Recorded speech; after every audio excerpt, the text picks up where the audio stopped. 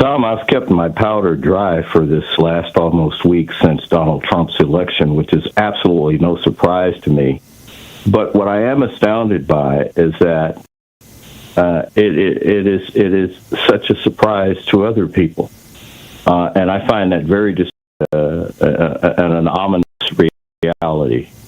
And if I might, I know that you don't cotton to, pardon the phrase, people reading on your program. The author of this piece, which is about to be published in a few moments, called The Man in the Mirror, I'd like to, if I could, read a paragraph from it.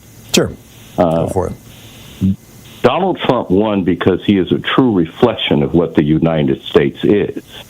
He is a reflection in the spiritual and social mirror of the United States. Republicans, figuratively, if not literally, embrace and adore the grotesque, selfish, entitled, greedy, racist, obese, vile creature that they see in the mirror, while the Democrats would rather lie to themselves and say that isn't me. But it is the mirror, mirror on the wall, as in Snow White. Racist tropes will always be the trump card, pardon the ridiculous pun, in the United States. We saw it from the times of the Civil War, to super predators and the crime bill, to Willie Horton ads, to black people from Haiti eating cats and dogs. And the media was complicit in this time when Donald Trump, and during that debate with Kamala Harris, made that ridiculous statement. The media jumped on weeks instead of just saying he said something ridiculous, because you see immigration and the border repeatedly he said that is his central issue. And as long as that, and until we understand that, and I know it's uncomfortable for people who probably, many in any event, have good hearts, you cannot get past it. Racism is always going to be, especially anti-blackism, the sexiest thing in U.S. politics. Yep. It has been repeated over and over and over again. What Donald Trump did was a tried and true strategy. Yep. And he won on it. Yep. And he didn't, I went so far as to say right after, within a week of Joe Biden's State of the Union address this year in March, within a week, a piece called the State of the Union 2025. And I'm not plugging myself. I'm simply saying that I'm not understanding how this is a surprise to anyone. Because I'm not I said this to you before, I'm not the sharpest knife in the drawer, but I'm the dull ones. And how no one could see this coming really is worrisome to me.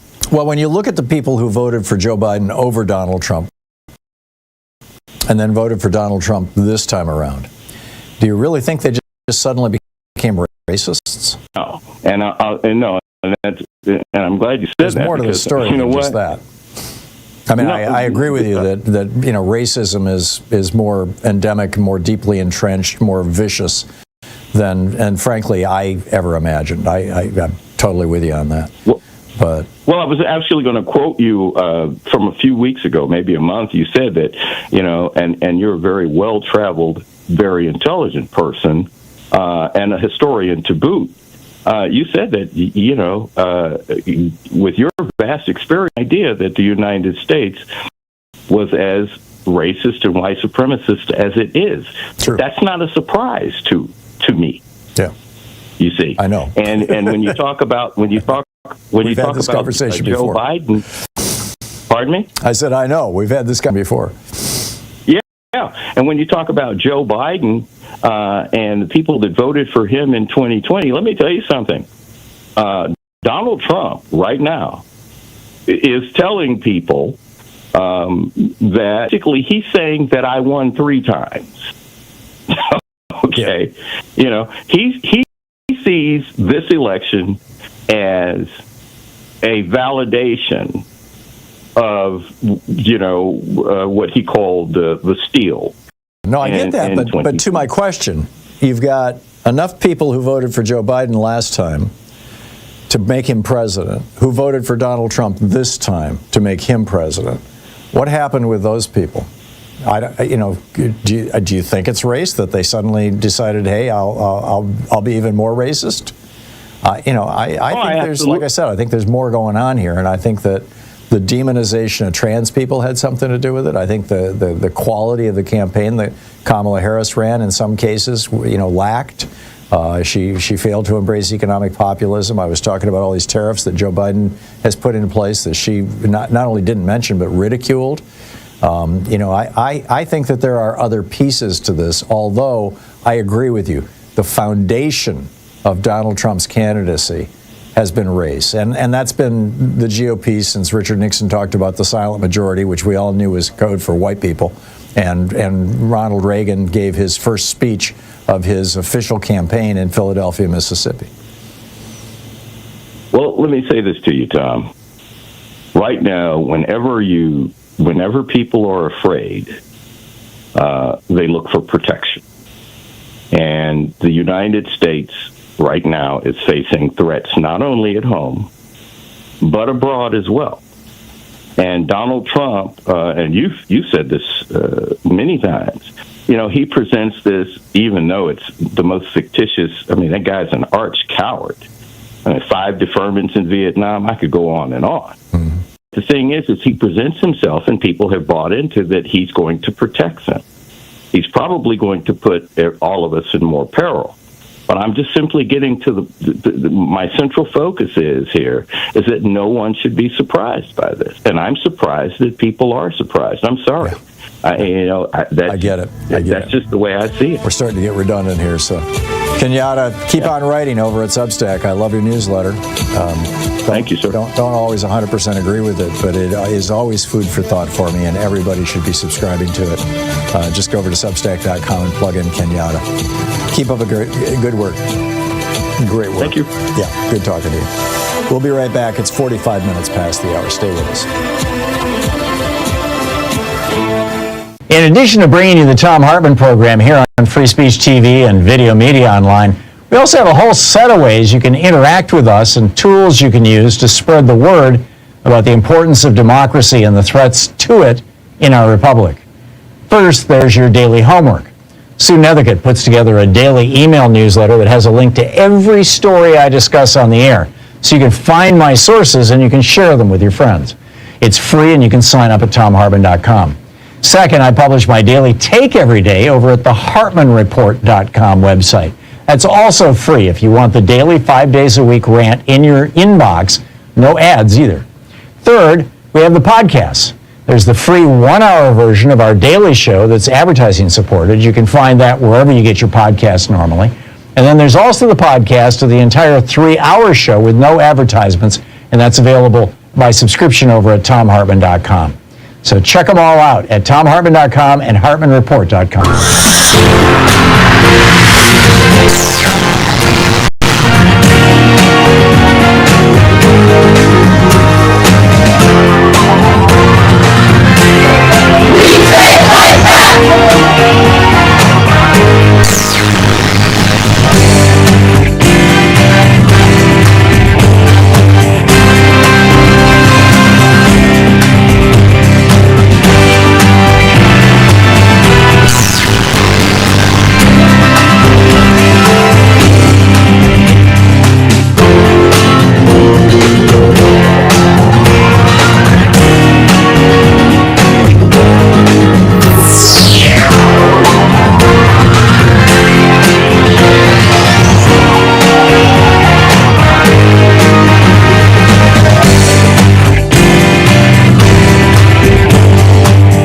It was first published in 1993. This is from Chapter 1, titled Detoxing. Today's revolutionary need is to detox ourselves from the old, stereotyped political formulas from 20 or 30 years ago, without which we cannot deal with neocolonialism. A while ago, I was watching a Malcolm X Day program, and the main speaker ended by militantly reciting Malcolm X's famous phrase, "the ballot or the bullet." Haven't you caught the same thing? X, most fresh of all thinkers, is being turned into the equivalent of Lenin or Mao's corpse on ceremonial display. For when X threw down that slogan a generation ago, it was then timely and on point. Black people were struggling for freedom against colonial conditions, and most had neither the ballot nor the bullet. The militant question was which would be picked up. Now the black nation is struggling for its life against neo-colonial conditions, and new African people have lots of ballots and lots of bullets.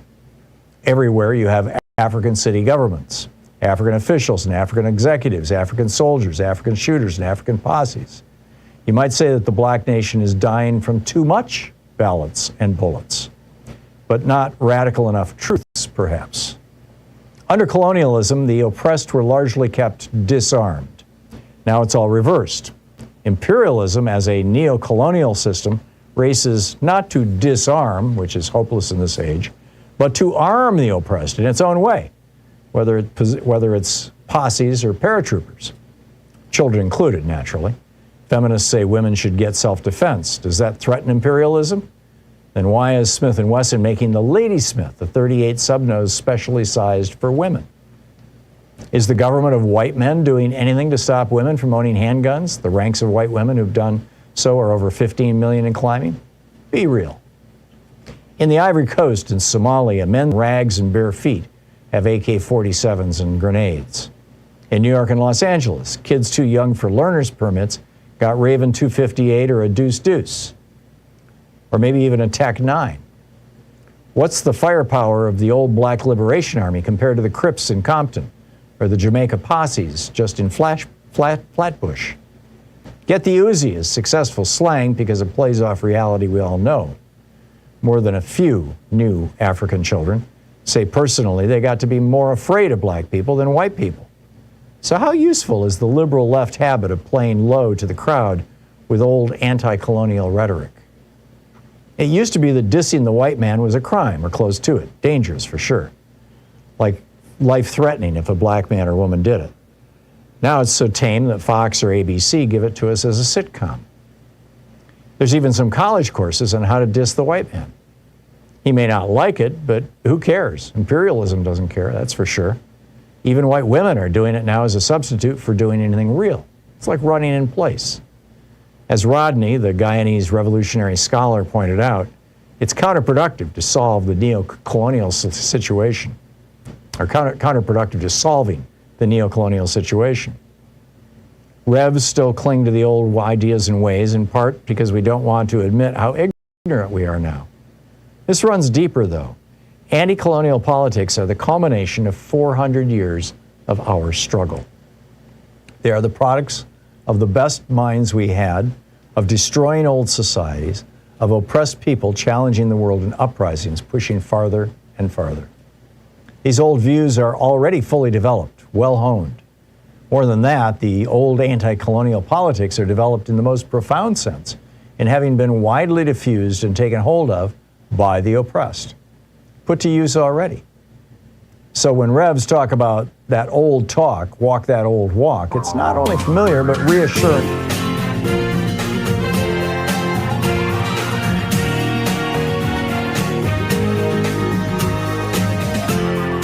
This is the Thom Hartmann Program.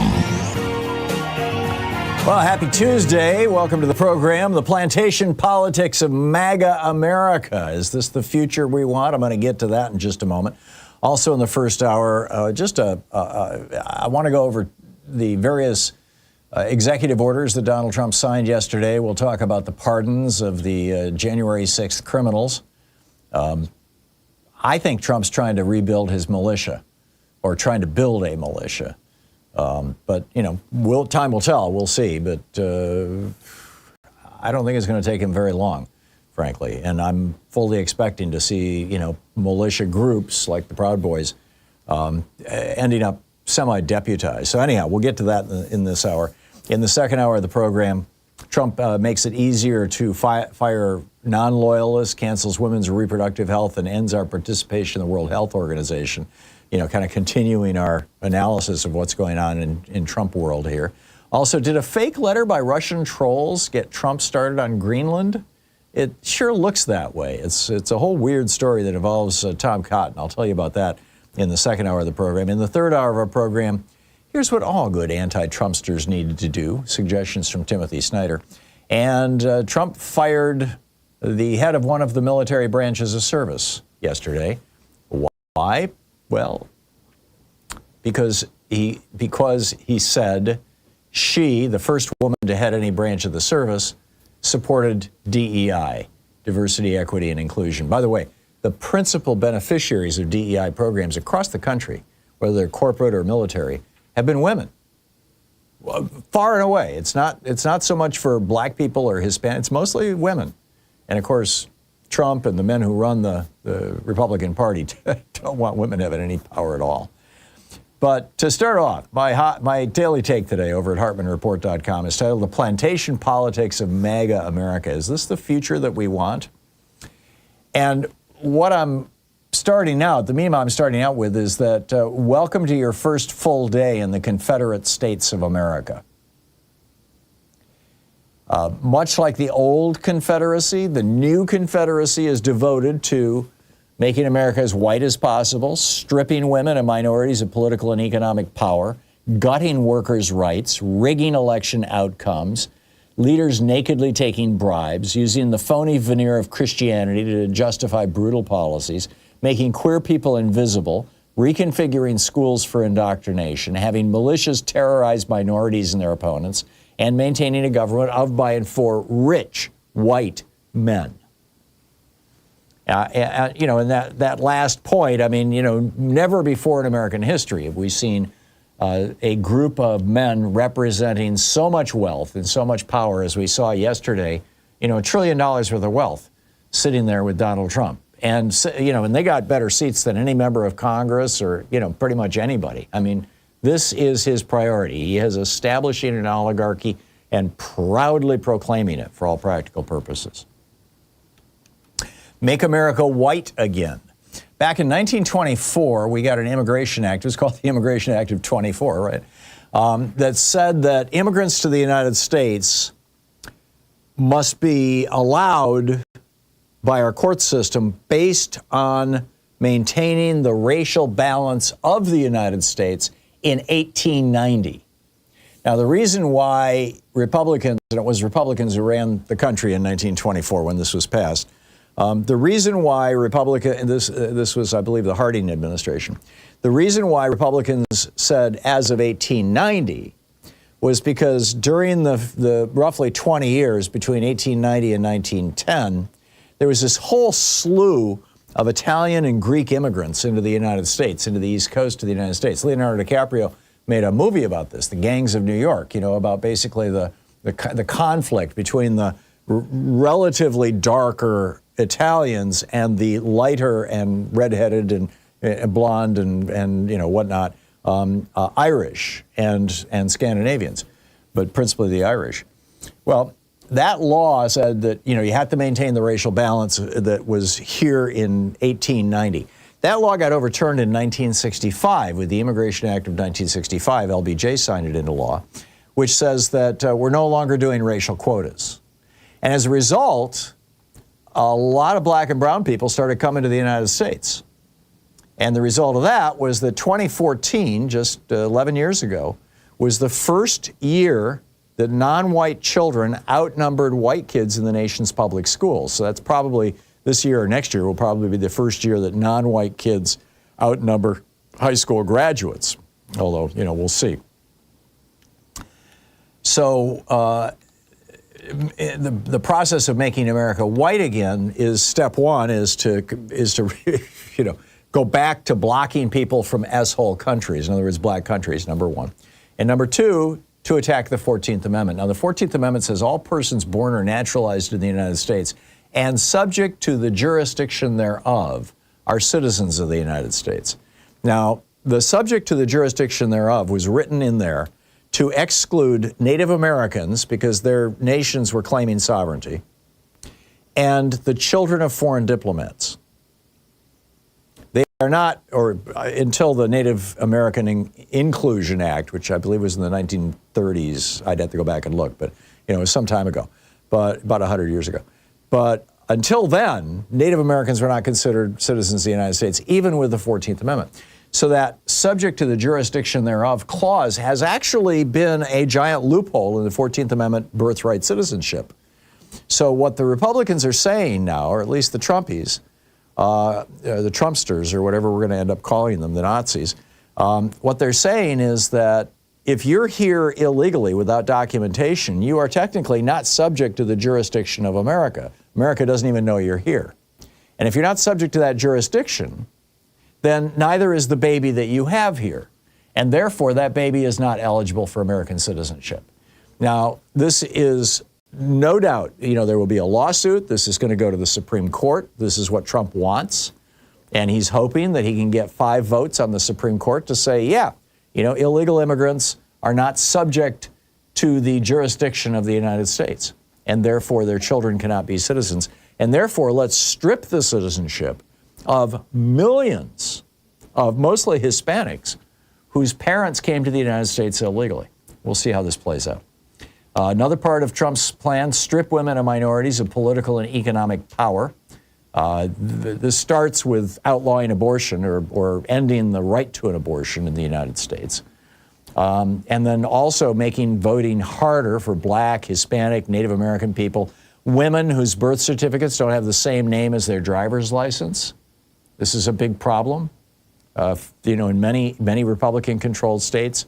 And also rolling back DEI programs. DEI programs, as I said, principally benefit women. But also, if you look at the composition of Trump's incoming administration and cabinet, it's reasonable to assume that non-white people must be willing to play the same role that Samuel L. Jackson did in Django Unchained if they want a position in the Trump administration.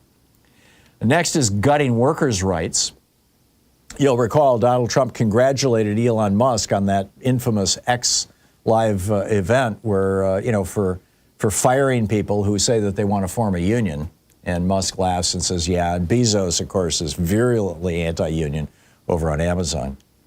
Rigging election outcomes. When the plantation oligarchs ended democracy in the Old South, in the 1840, 1860 era, they continued to allow elections.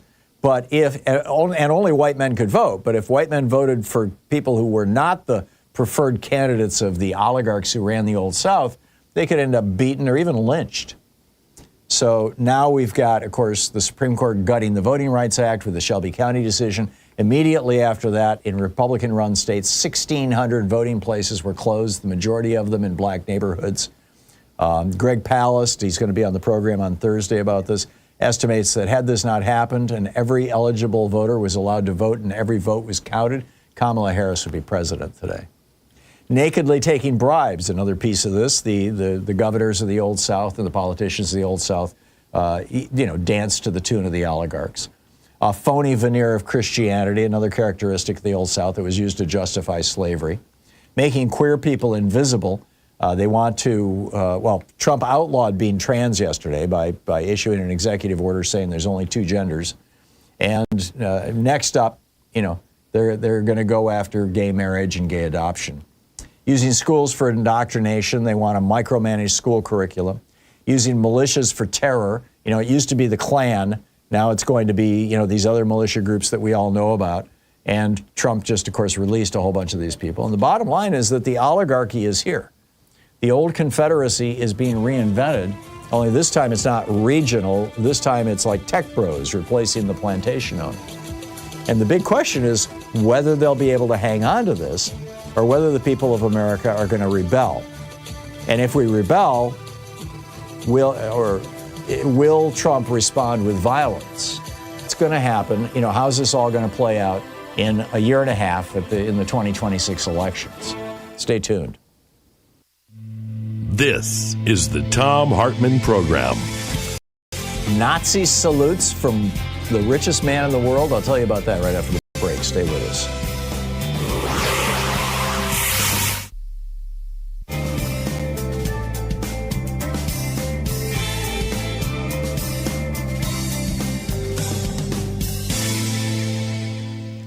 And welcome back. Dennis in Aptos, California. Hey, Dennis, what's on your mind today? I'm glad I could be first. Thank you, Tom. I don't have to wait too long. I think you called in first, so therefore. Yes. Okay, great. You know, I have to say, what you just said, exactly what you just said, that Trump, I don't doubt he's going to form some kind of militia, deputized. We already saw what he did in Portland 5 years ago. And he's going to want to do that. He wants his own brown shirts, his own black shirts. Yep.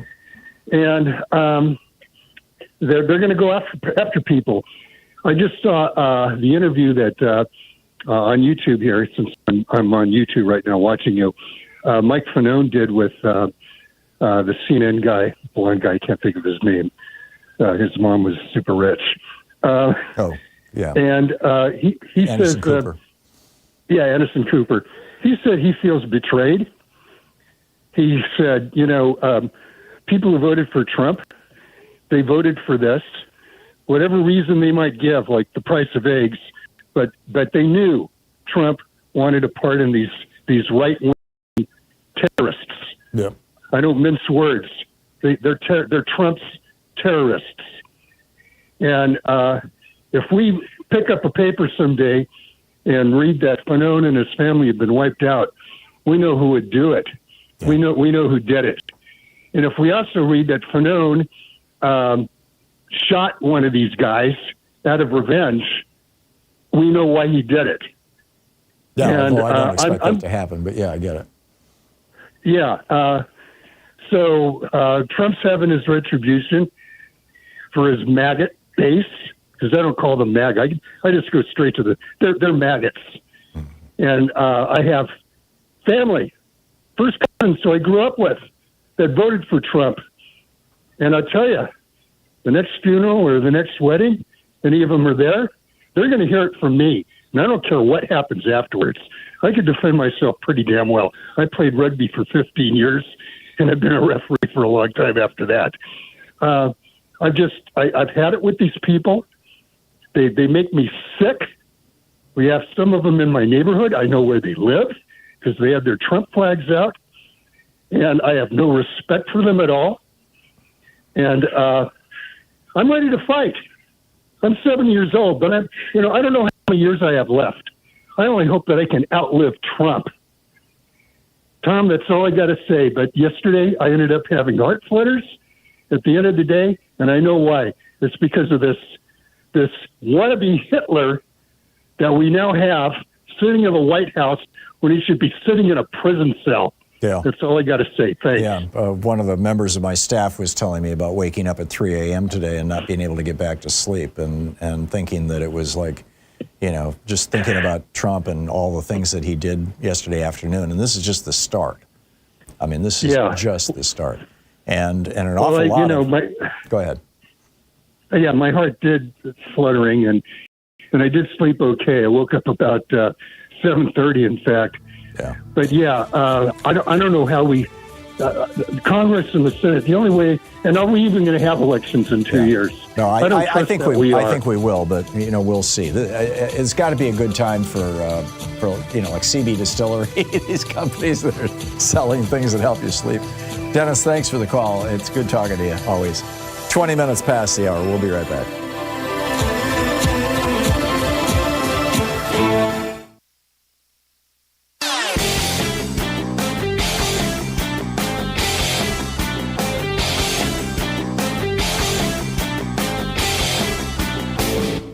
Change starts with you. You can be calling your Democratic or Republican representatives to let them know what you think by calling 202-224-3121. It's the Capitol switchboard. It'll get you right through to them. So what do we call the really, really mind-bogglingly rich? At the founding of the Republic, they were referred to as speculators or moneyed interest or aristocrats. In the years leading up to the Civil War, we called them the cotton lords and the plantation aristocracy. In the late 19th century, they were the robber barons. In the 1930s, FDR called them the economic royalists. But since the Reagan Revolution, we've just called them billionaires. And now, some of them want to call themselves tech bros. Like, That's kind of a good thing, like tech is positive and bros, like Mark Zuckerberg saying we need more masculine energy in American business culture. So we need a new phrase. I would like to suggest the morbidly rich. Morbidly suggests unhealthy. And the vast riches that some of these people have is unhealthy to our democracy, particularly since 5 Republicans on the Supreme Court said that morbidly rich people can buy politicians. And it's unhealthy for them, too. So morbidly rich. There's an op-ed over at HartmannReport.com all about it. Check it out.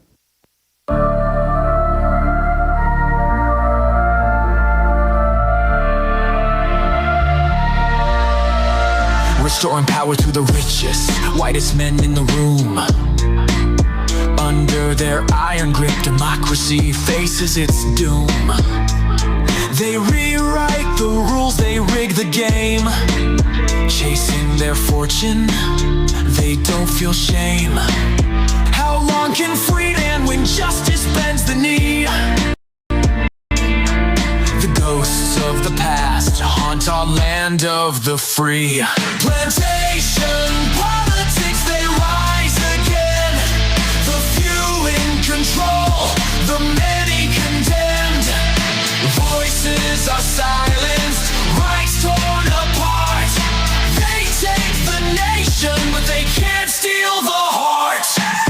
Welcome back. 23 minutes past the hour. So you'll recall Joe Biden had expanded the Internal Revenue Service, and they were expecting to raise as much as $500 billion by simply auditing billionaires who are tax cheats. Well, one of the first things Trump did yesterday was freeze the IRS's hiring so that his billionaire buddies, are less likely to get audited. Pretty amazing. It's just, it's mind-boggling. Rewarding political violence, Trump pardoned all these felons. This just hours after promising to bring back law and order to our cities, Trump pardoned more than 1,000 January 6th rioters and put violent offenders right back in our neighborhoods. People who assaulted police officers, destroyed property, and tried to overturn our freedom to vote. What amazes me is that not a single police union or fraternal organization in America has condemned this. Apparently, they don't think of Capitol Police as police. But this is wild. This is a grave and unprecedented attack on the rule of law in the United States. Noah Bookbinder, former federal prosecutor, he's now president of CREW, Citizens for Responsibility and Ethics in Washington. He said, this raises a terrifying question. What happens if Trump doesn't want to leave the White House at the end of his term? And then, of course, we've got Elon Musk coming out and giving us the old Nazi salute. Here it is. And I just want to say thank you for making it happen. I think. Thank you. There should be audio, Sean.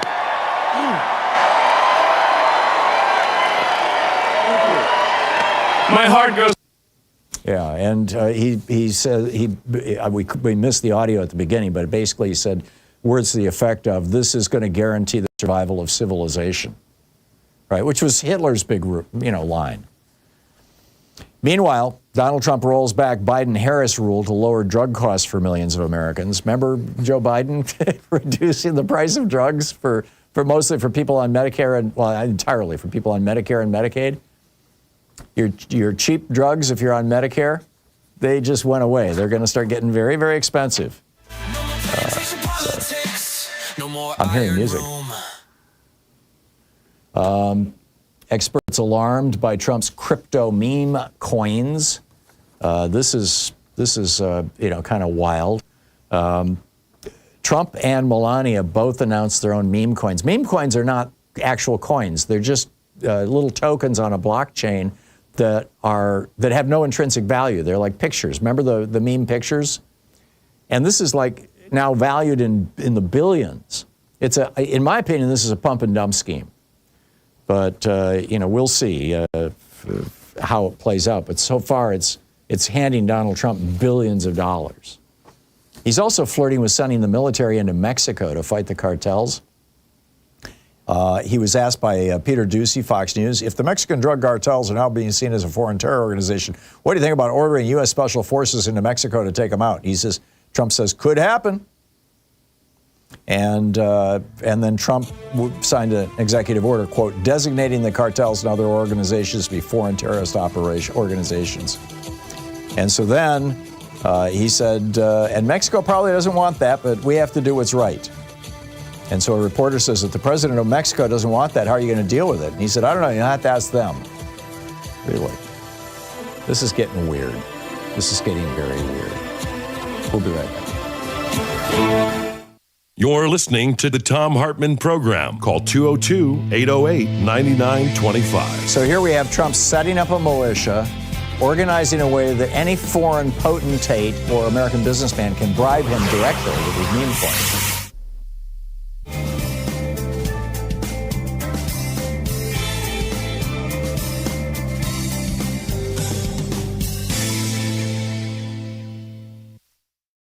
Today's book in our Thom Hartmann book club here is Resist, How a Century of Young Black Activists Shaped America by a Nigerian-American reporter, Rita Omoka. And this is from the introduction. It's titled African, American. I am African. I am American. Nigeria made me. Black America raised me. My roots dig deep in Nigerian soil, while America has nourished my branches for more than 2 decades. Yet the fruit I bear holds the essence of both lands.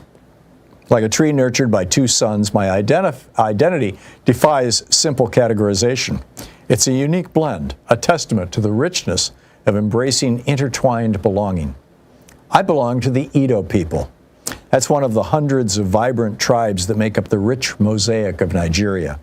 Though we share similar features, our identities are deeply infused by our ethnicity, dialects, and unique tribal customs. Our belief systems, Christianity, Islam, and other traditions, coexist, shaping our perspectives and enriching our communities. And while colorism permeates, the concept of race, as understood elsewhere, simply doesn't hold the same weight. Yet in the United States, my identity has been defined by this uniquely American construct of race. Those physical characteristics of skin, color, hair, facial features are prominent.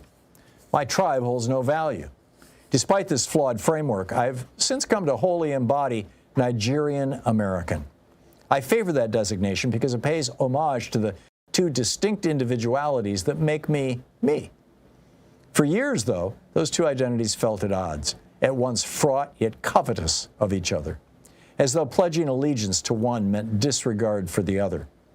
Throughout, I never understood nor appreciated my American blackness the way I could have. A surrogate one, yes, but still there's a belonging there that I neglected. For black immigrants, I'd assume this is true for most immigrants, our identity in America of just being black without a sense of cultural home within that identity presents myriad confusions. In Nigeria, I am not a black girl. I'm not a black anything.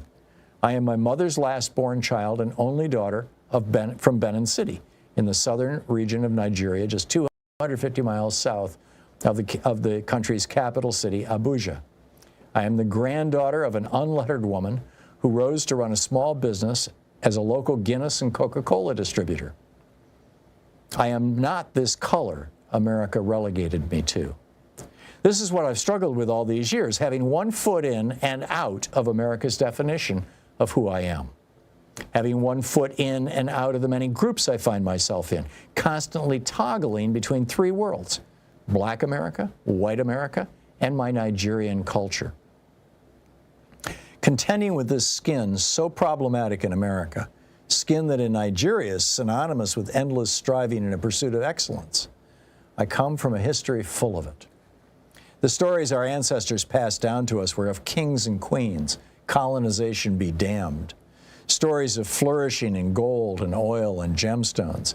Academically and professionally, the grind for achievement was instilled in us because everyone strives for the same caliber of achievement. To go from a country full of this to one stripped of it for racially black people doesn't quench our thirst for progress or success. Many foreigners to America see what feels innate to the native. That newness breeds prospect and appreciation. Immigrants gravitate toward the idea that America carries out a true democracy. Though a marred one, it is better than none or fascism. Like many immigrants, Mom came to this country in 1992, wide-eyed and gazed upon its endless feast of opportunities and upward mobility, concluding that America provides for those who work hard.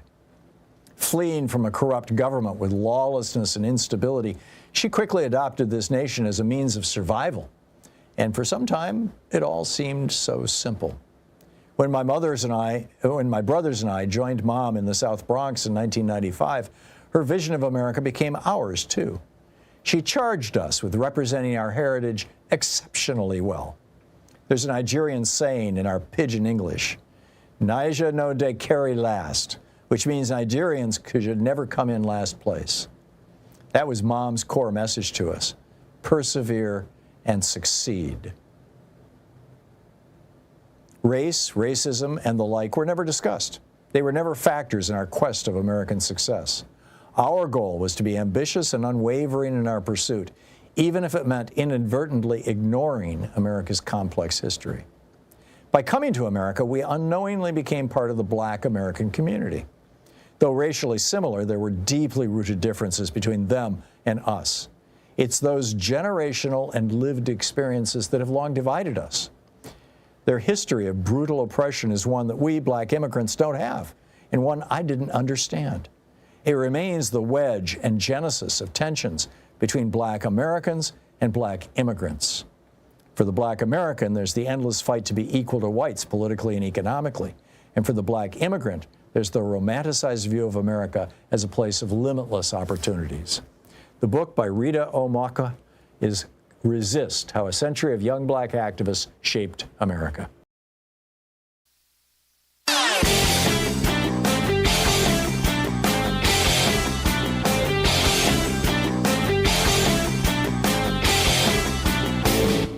Did you know that every weekday we send out an email before the show giving you all the topics coming up so you can be fully informed and ready to interact with our program? Or that after the show we send out Sue's Stack, a list of every topic I've discussed along with clickable hot links to every source of information I've shared with you on the air? It's all completely free and available over at thom.tv, THOM.tv. Check it out.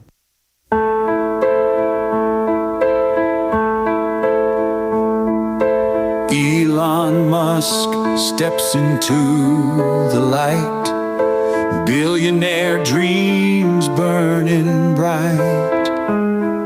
A fascist salute to the crowd takes flight, and the shadow it casts chills the night.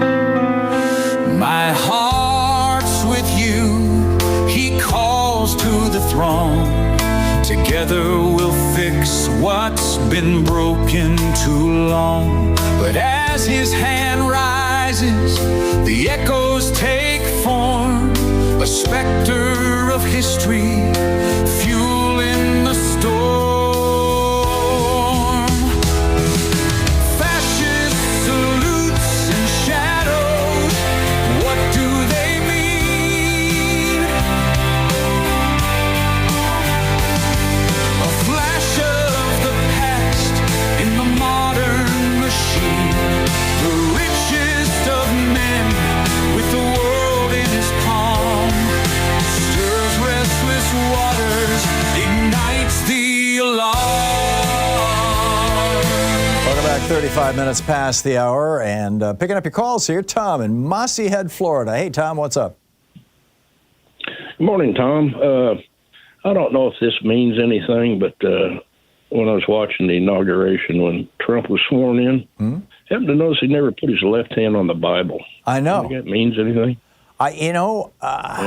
Maybe he was afraid that his hand would catch on fire. Everything would explode. And on the lighter side, I was watching the Daily Show with Jon Stewart this morning. I recorded it last night. You remember Melania's hat? It looked like it's the Hamburglar. Frisbee. Yeah. Oh, yeah, perfect.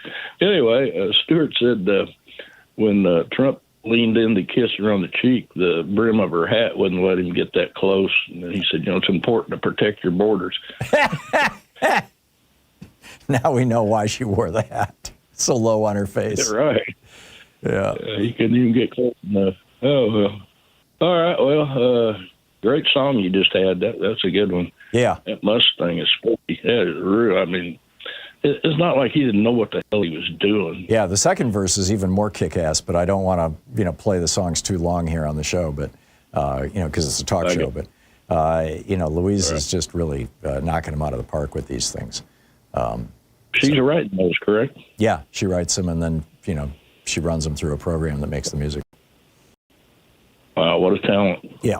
Okay, yeah. Well, that's about all I had to give to you today. Okay, thanks a lot, Tom. Thanks for the call. Good talking to you. Tim in Aloha, Oregon. Hey, Tim, what's on your mind today? Yeah, and we've talked many times, Tom, but when I said this on your show quite a few times, Jim Crow generational stupidity. That's exactly what's taken over. You've got that old saying, because my father was a career Army, and he was stationed in the South. I have a brother born in Texas, friends in Florida and Georgia, so I know the mentality down there. As long as you go with the political and religious philosophy, you're in like Flynn, as they say. You vary from that, you're out of the picture, basically. Yeah. And that's the way it's been for generations down there. And now what they're doing with this eliminating child labor laws, they're destroying history in classrooms, putting religion back into the classroom, so they're going to send a bunch of 12-year-olds to work for 10-hour days, making minimum wage. They come home, watch Fox News, go to church on Sunday, and when they turn 18, they register as Republicans. Yep. That's basically what's going to happen. No, that's absolutely what's going on. And I think the other thing that we're seeing is the consequence of the right-wingification of our social media. Now that about half of Americans get most of their news from social media, and right. This is why a couple of years ago when I wrote The Hidden History of Big Brother in America, I argued, as has Josh Hawley, by the way, that the algorithms, the social media algorithms, should be published. They should be public. They should be transparent. But they're not. So here we are. Well, the thing is, bad news sells. That's the whole thing. It's all about, economics, I was in sales and marketing my whole career. Demographics and market share, red and black ink, customer retention. Human lives are secondary based on that. Yep. What do you think the old trillionaires visiting him yesterday could do to this society, along with Coke industry and the Mercers? They could change the world tomorrow. You know what I mean? If For they the did better, the right thing. if they chose. Yeah. Instead, they're choosing to increase their own profits and increase pollution and the poisoning of our atmosphere. Yeah, exactly. They could do that tomorrow and get. Somebody in my family's been in every war since the Civil War. My great grandfather was a 40-year-old enlister in the Nebraska Cavalry. We have his records. It's amazing stuff. And my dad was career Army. He was also a disabled vet, and they were suckers, according to Trump. Yeah. How do you think I feel about that? Yeah, it's got to be rough. It's got to be rough. Tim, thank you for the call. Have a good day, Tom. Thank you. Ann in Aroma Park, Illinois. Hey, Ann, what's up? Thanks for listening to WCPT. Not much, Tom. Actually, a lot. I just feel like with all this all the stuff that they're putting out, that Trump is putting out, it's like the local sewer plant has exploded, and we're all getting the downwind from it. We're all getting, But thank you for bringing up about the new executive order today about the about Trump that's going to make prescription medications more expensive for seniors. Right. That's what I was going to talk about. But you know what? Since you covered that, just two quick things I wanted to bring up. Number one, all these farmers and rural folks that think Trump is going to save them, I don't think they realize that by the time the oligarchs get through with us, not only are you going to see a bunch of serfs, but you're going to see all these farmers become sharecroppers again. Yeah. I drive through rural areas all the time going to and from work because I have a long commute, and you wouldn't believe these beautiful McMansions these farmers are putting up right now. Yeah. I think that, if you look back, the last time that Republicans really took over in a big way and, cut taxes and did all the stuff that, kind of analogous to what Trump is doing right now, was the election of 1921 with Warren Harding. Warren Harding ran on, he had two campaign slogans. One was a return to normalcy, which was code for drop the top income tax rate from 90% down to 25%, which is what it was prior to World War I. And his second campaign slogan was more business in government, less government in business, which means privatize and deregulate. And he did those things. Right. He dropped the top tax rate down to 25%. He privatized a whole lot of government functions. He deregulated the stock market, essentially, and the banks. And the result of that was that in October of 1929, the entire economy collapsed, and we had, 10 years or 5 years, certainly, of the Republican Great Depression. And and I suspect it's going to happen again. These oligarchs, just draining the country dry, and doing everything they can to prevent people from having, decent wages. Trump's Treasury nominee says he doesn't want to raise the federal minimum wage above $7.25. Elon Musk and Jeff Bezos are virulently anti-union and joke about it. These are things that not only don't prevent a crash, they make a crash much harder, much worse. And right, and go ahead. No, I was just going to say right now we're studying the 1920s in U.S. history, but I'm not going to keep you on too long, but I just wanted to bring up one last thing. I have a theory as to why Trump didn't put his hand on the Bible. Okay. And to me, I think the theory is that I think in his tiny mind, he thinks that as long as he doesn't put his hand on the Bible, he has carte blanche to lie as much as he wants. And he does not have to uphold the Constitution. Oh, interesting. God won't punish him. I don't think he believes in God, but his hand on the Bible. Yeah. No, maybe not God, but I think he thinks there's going to be something for him after this because people like that think they're going to live forever. You know? Yeah. Who knows? Maybe he thinks he can bribe St. Peter. Or Satan. I don't know. There you go. Thanks for the call. Marie in Atlanta. Hey, Marie, what's on your mind today? Hey, Tom. Thanks for taking my call. I'll get to what I called in for just a second. But the woman who just finished up with you regarding Trump not putting his hand on the Bible, I think in his tiny mind, it's not so much about he believes there's some spiritual punishment coming his way. I think he believes that there is some way to disclaim any violation of oath implications that may come from his subsequent actions. I didn't put my hand on the Bible. What are you talking about? I didn't take that oath. Yeah, that makes sense. I never swore I was going to do that. That makes sense. I think he's more thinking along those lines because he's not a spiritual person. Yeah. But what I called in about, so I hate to be the one to do it, but I think I can confirm your suspicion that Trump is trying to build his own militia, and here's why. I was on a flight from Palm Beach International on Saturday. There were several sort of military-ish looking kind of people who acknowledged each other when I was getting on the flight. They were not sitting together. And one of them pulled out a book. I am not going to say the name of that book on air, but it had to do with a Rhodesian Special Forces unit that fought the Bush War in the 1970s. And I took a picture of the book cover and I looked it up, and sure enough, the reviews of the book talked about how, this is a must-read for non-commissioned people and special forces. It gets into the training against insurgency and all of the tactics that they had to use. And it's all about holding back the black people, right? Yes, exactly. Yeah. And so I am so sorry to say that given what I saw on that plane and the fact that we did see pictures of the Proud Boys walking through in their little Proud Boys. Oh, they had outfit. a big march in Washington D.C. They're out there. Yeah. They are proud. Yeah. So I hate to say it, but I do think we need to be prepared for the fact that there are going to be people who are going to be willing to do Trump's bidding, who will be extra military, as in outside of military command. Yeah. So they will do his bidding, and you can't ascribe responsibility to the U.S. government. I think you're right, Marie. I really do, and it's one of my biggest concerns because when the private military comes, Timothy Snyder says, when the private militias start, all is lost. I don't think all is lost, but that's the biggest indicator that you now live in a fascist state.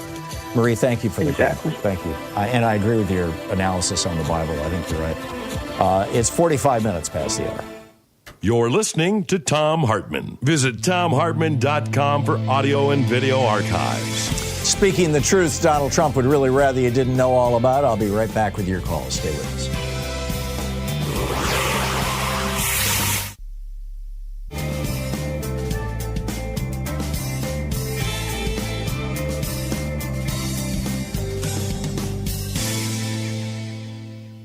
And welcome back. Susie in Willits, California. Hey, Susie, what's up? Greetings, Tom. Hey.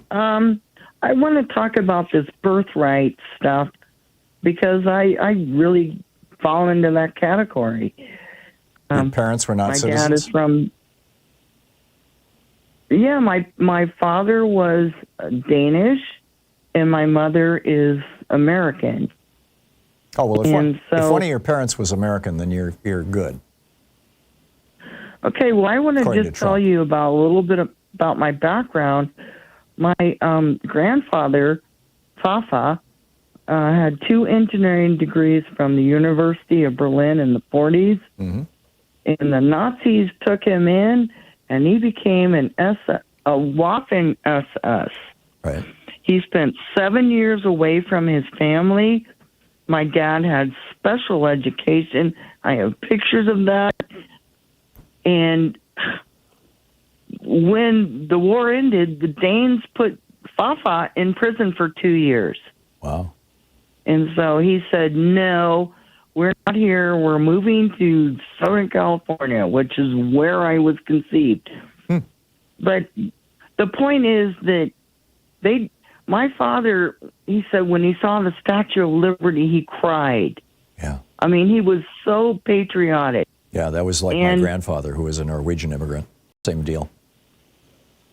And it's like, are they going to come after me because my grandfather was in the Waffen SS? No, because in fact, that's probably going to make Trump like him.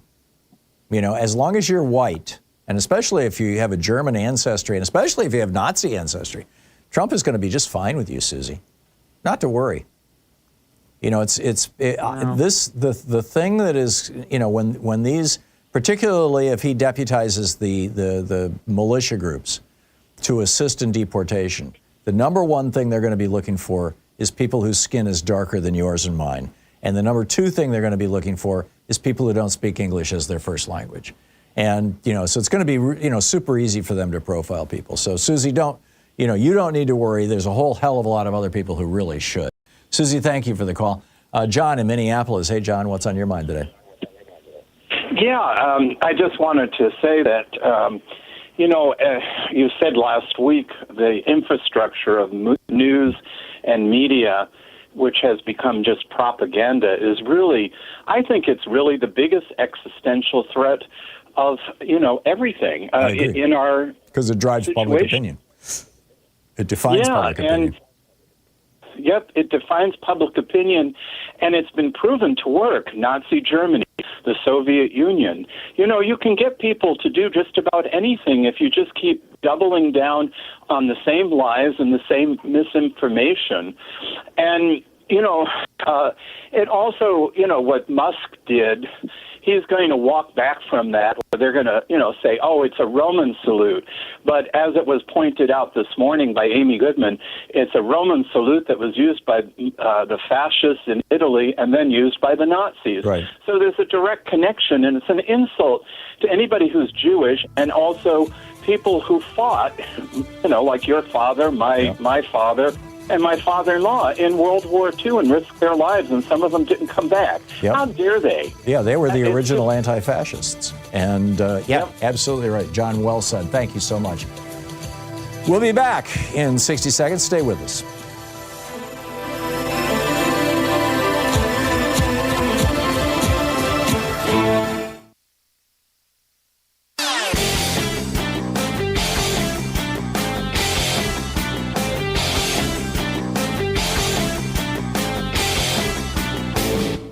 Hey, thanks so much for sharing our program and for reaching out to our stations and sponsors and letting them know that you're listening. It really means a lot to us. So back when Donald Trump debated Kamala Harris, he was asked about world leaders and whatnot, and he went off on this thing praising a guy named Viktor Orban and saying he's a tough guy, he's smart, he's the prime minister of Hungary, and he loves me, basically. So who is Viktor Orban? Well, it turns out Viktor Orban is a guy who took over Hungary in a regular election, the prime minister, and then turned it into basically a neo-fascist paradise for right-wingers. All the media is now controlled by right-wing oligarchs. He's packed the courts. He's changed the Constitution so that they have things like gerrymandering and voter suppression, so he always wins every election. He throws people in jail for criticizing him, even on Facebook. I mean, this is what Hungary has become. Fox News loves it. Tucker Carlson did his show from there for a week, and that's what Donald Trump wants to do to America. You can read the whole thing over at HartmannReport.com. It's titled Trump's New Hero, the strongman who crushed democracy in Hungary. Check it out.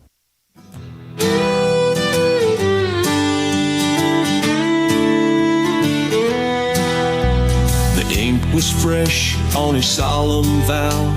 Trump signed the pardons, they're free somehow. The ones who stormed where the nation meets now walk away from their crimes complete. Heroes, he said, who stood for the cause as they shattered the walls of our nation's laws, turning the guilty into the brave with the stroke of a pen. Justice betrayed. Pardons of January 6th, what do they show? A nation divided with nowhere to go. No peace restored, no healing begun. Just two nations, not one, under the sun. Welcome back. 52 minutes past the hour. Picking up your calls here. Andy in Minneapolis. Hey, Andy, what's up? Hey, Tom. I was just going to say, I was wondering why Kamala Harris didn't challenge that election.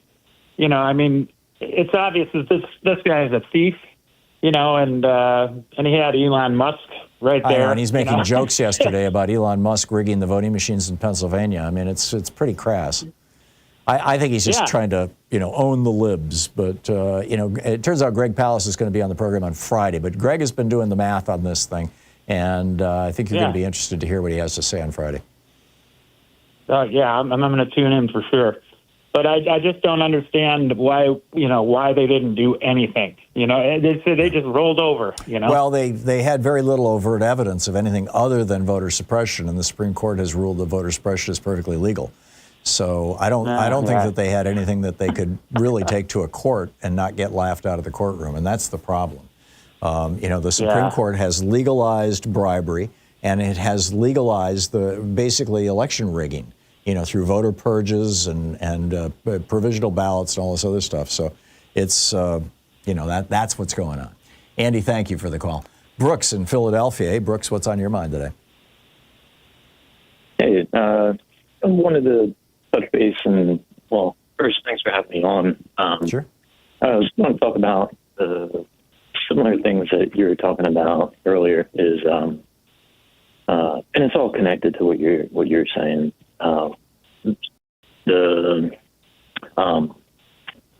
This feels like it's an industrialized slavery system, in my view, right? Like we are setting up the chains that we wear or the debt that we incur. Well, we now have, four Republican governors who've done away with the child labor laws or modified the child labor laws in their states. You've got, I think, 12 or 13 states that refuse to expand Medicaid, so people are desperate if they get sick or just wiped out.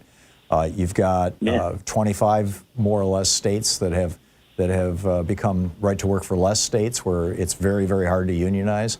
So, I can't disagree with you, Brooks. Yeah, so it's the corporations are just the new plantations.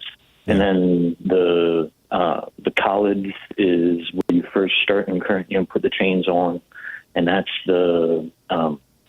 that's the trading post where you can move from try to get to a better plantation. Yeah. And then the position that you get in the plantation that you get to is whether it be, a house position or a field position. Yeah. And that I feel like is, it wouldn't be so true if you didn't make so much less than the top leadership, the CEOs and That's true. And this doesn't happen in any other developed country in the world, by the way. I mean, we've got the world's largest crop of billionaires, and it has exploded. When Reagan came into office, there were only a half a dozen billionaires in the entire United States. Now we have almost 2,000. I mean, it's just like every day there's new. And the billionaires themselves are making money hand over fist because we've rigged our tax system and many other aspects of our system to favor billionaires rather than favoring average people. I agree. And that, like, the corporate system is being set up so you look at the jobs that are in, everywhere. All the major corporations will require a degree for any given position. And there is very few times where the position that is being filled requires the education that you get. Yeah, well, from that. you know, for a lot of corporations, the reason they want a college degree is they want proof that you're capable of sticking to something for 4 years. But you know, that's the old excuse anyway. It is really a caste system in the United States. Brooks, I got to run. Thanks for the call. It very much is a caste system in America. In fact, there's an excellent book about this titled Caste. Anyhow, we'll be back with more of the news of the day. Donald Trump making it easier to fire non-loyalists, canceling women's reproductive health, and ending our participation in the World Health Organization, among other things, right after this. Stay with us. You're listening to Thom Hartmann. In addition to bringing you the Thom Hartmann program here on Free Speech TV and Video Media Online, we also have a whole set of ways you can interact with us and tools you can use to spread the word about the importance of democracy and the threats to it in our republic. First, there's your daily homework. Sue Nethercutt puts together a daily email newsletter that has a link to every story I discuss on the air, so you can find my sources and you can share them with your friends. It's free and you can sign up at thomhartmann.com. Second, I publish my daily take every day over at the hartmannreport.com website. That's also free if you want the daily 5 days a week rant in your inbox. No ads either. Third, we have the podcasts. There's the free 1-hour version of our daily show that's advertising supported. You can find that wherever you get your podcasts normally. And then there's also the podcast of the entire 3-hour show with no advertisements, and that's available by subscription over at thomhartmann.com. So check them all out at thomhartmann.com and hartmannreport.com.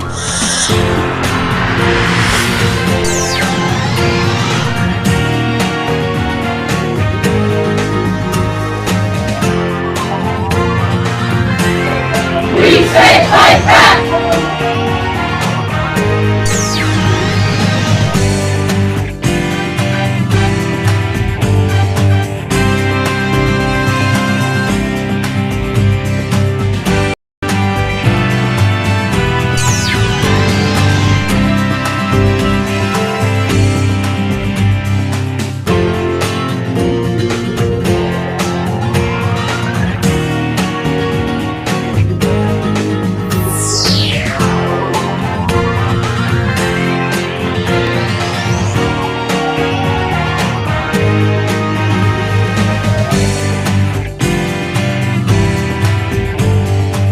Today, we're reading from It's Even Worse Than You Think, What the Trump Administration is Doing to America by David K. Johnston. This is from page 61, the chapter titled Forgetting the Forgotten Man. In 2010, the U.S. Department of Labor created a website to honor workers who died on the job. Quote, more than 4,500 workers, lose their lives on the job every year. Below are the names of just a few who have died in recent months. OSHA's mission is to prevent workplace injuries, illnesses, and death, end quote. That Occupational Safety and Health Administration webpage was intended to highlight and humanize workplace deaths, to ensure awareness of tragedies, especially those that could have been avoided, according to Jordan Barab, an Assistant Secretary of Labor during the Obama administration. Barab explained, without information like this, fatality statistics are just raw, sterile numbers. The purpose of adding names and circumstances was to impress people with the tragedy that workers and their families face day after day.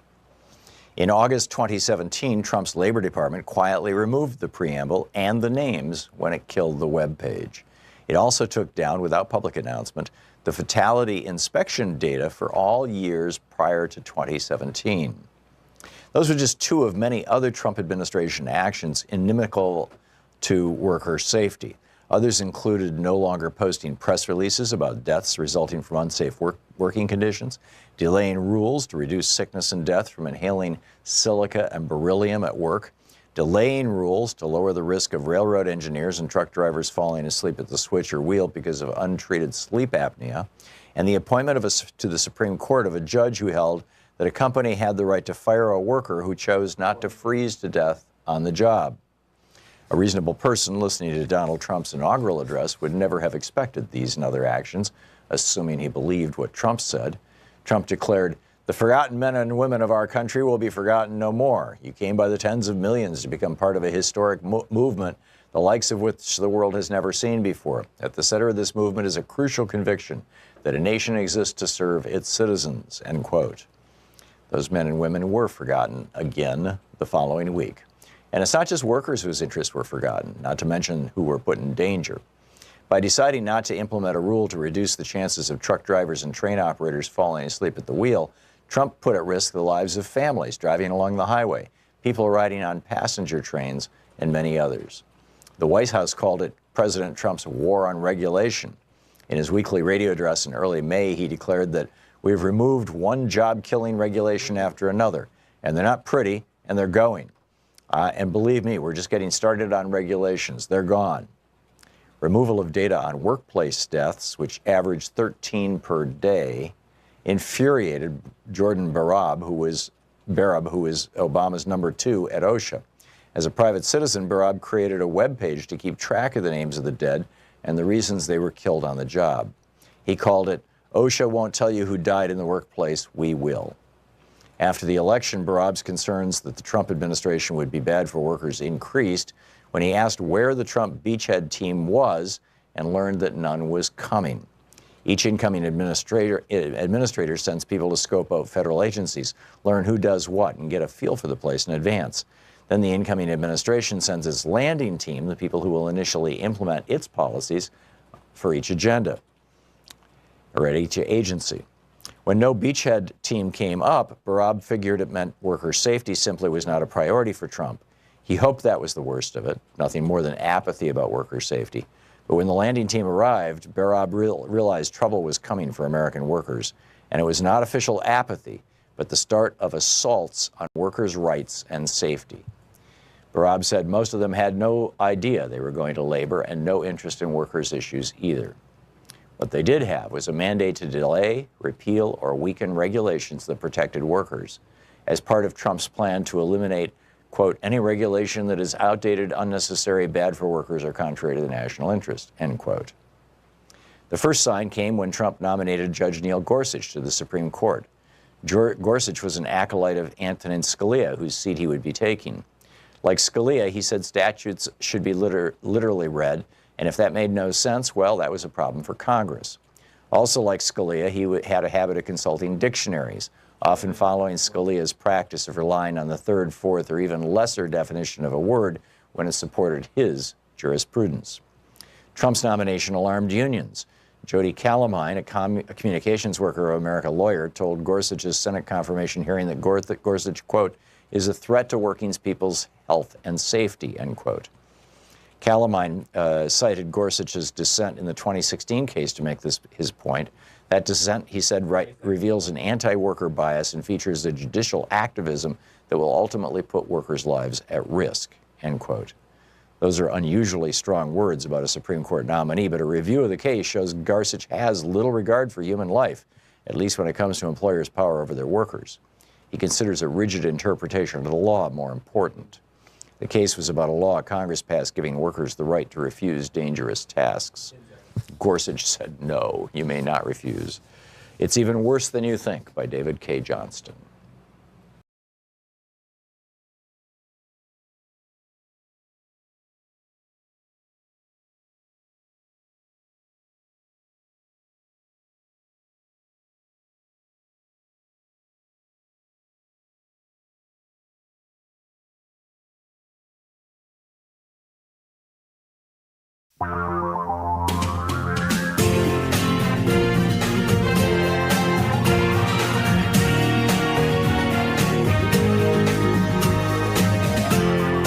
This is the Thom Hartmann Program. Welcome to the second hour of our program today.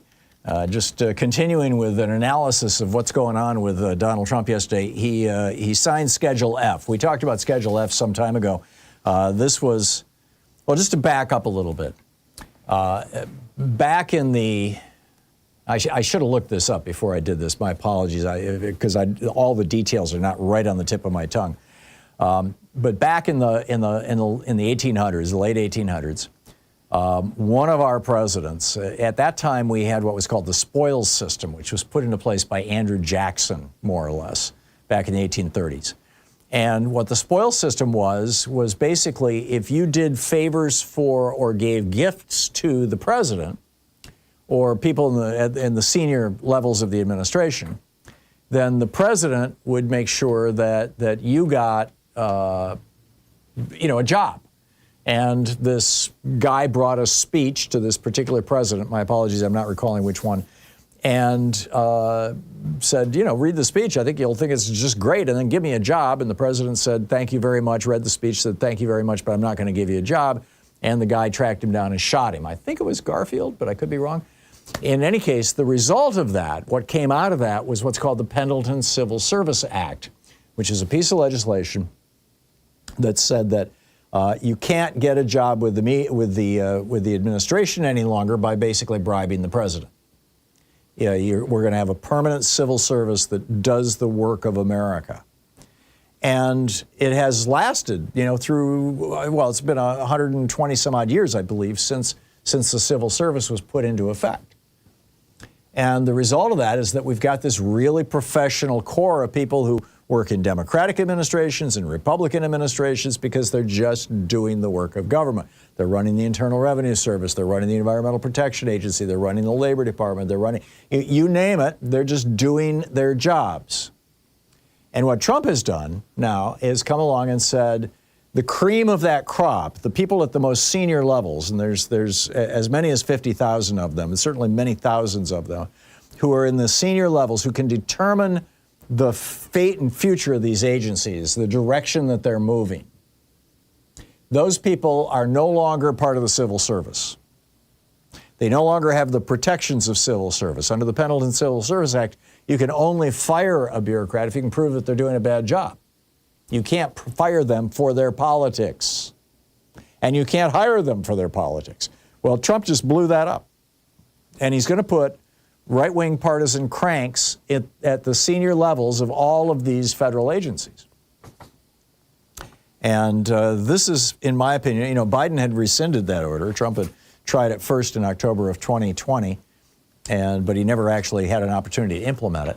Biden rescinded it, and now Trump has put it back into place. So prepare for the federal government to get a whole lot less competent or more incompetent at doing the things it does. Prepare for it to take longer to get your passport, longer to sign up for Social Security or Medicare, longer for you to deal with disability or unemployment, longer for you to deal with actually anything that has to do with the federal government, and more complicated and more confusing. And, they're just going to do everything they can to kneecap our government.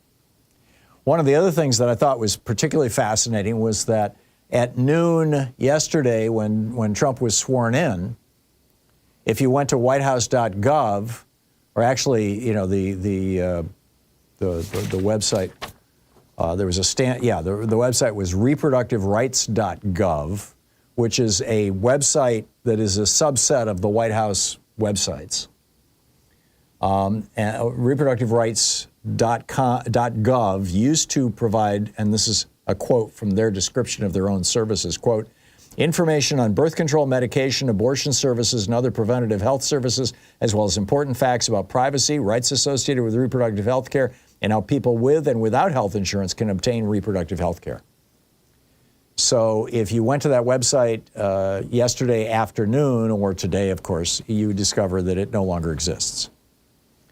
The Center for Reproductive Rights said Monday that its legal experts expect Trump was going to try to rescind Food and Drug Administration approval of mifepristone, the abortion drug, or make it much harder to access, among other efforts to dismantle reproductive care. This is all part of the Republican plan to disempower and basically reshackle women in the United States. Meanwhile, public health took got a big one, just kneecapped. The World Health Organization, there are only 4 countries in the world that are not members of the World Health Organization. And I know Libya is one of them. I believe Syria is one. This particular article apparently doesn't list them. But we just joined them. We just became the 4th or 5th country in the world that's not a member of the World Health Organization. Why is this? Because when China discovered in January of 2020 that they had this problem with COVID and that they couldn't cover it up or hide it, and that it was going to go international. The agency that they notified was the World Health Organization. China, of course, is a member of the WHO.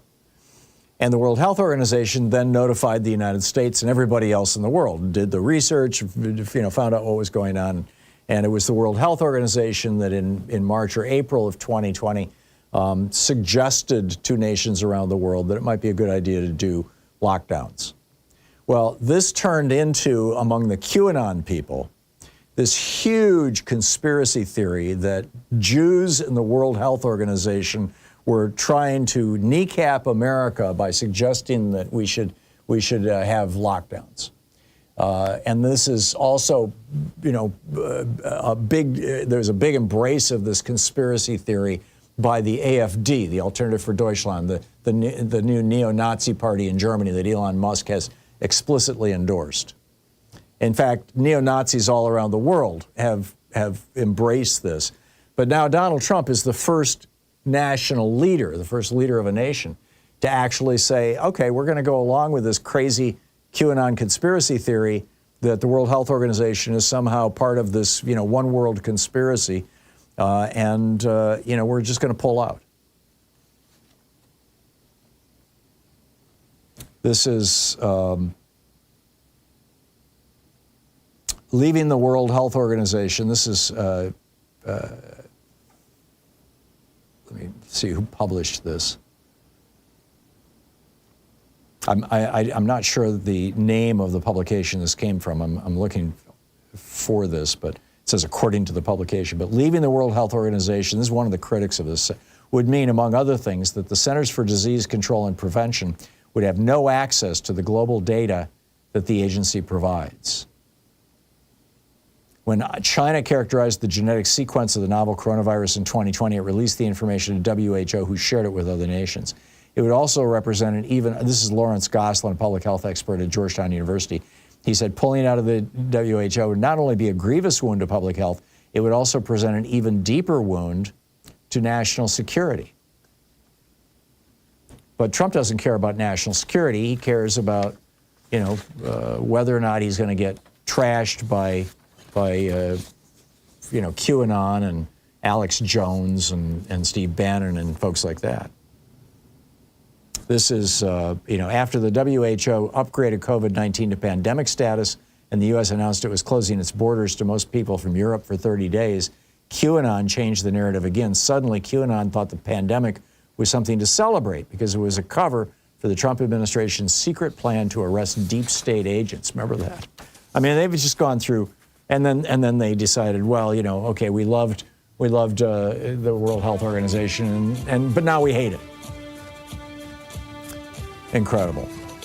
So what got Trump started on saying that the United States should consider using force to seize Greenland?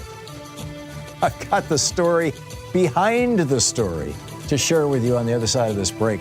Stay with us. It's 15 minutes past the hour, and then we'll get to your calls.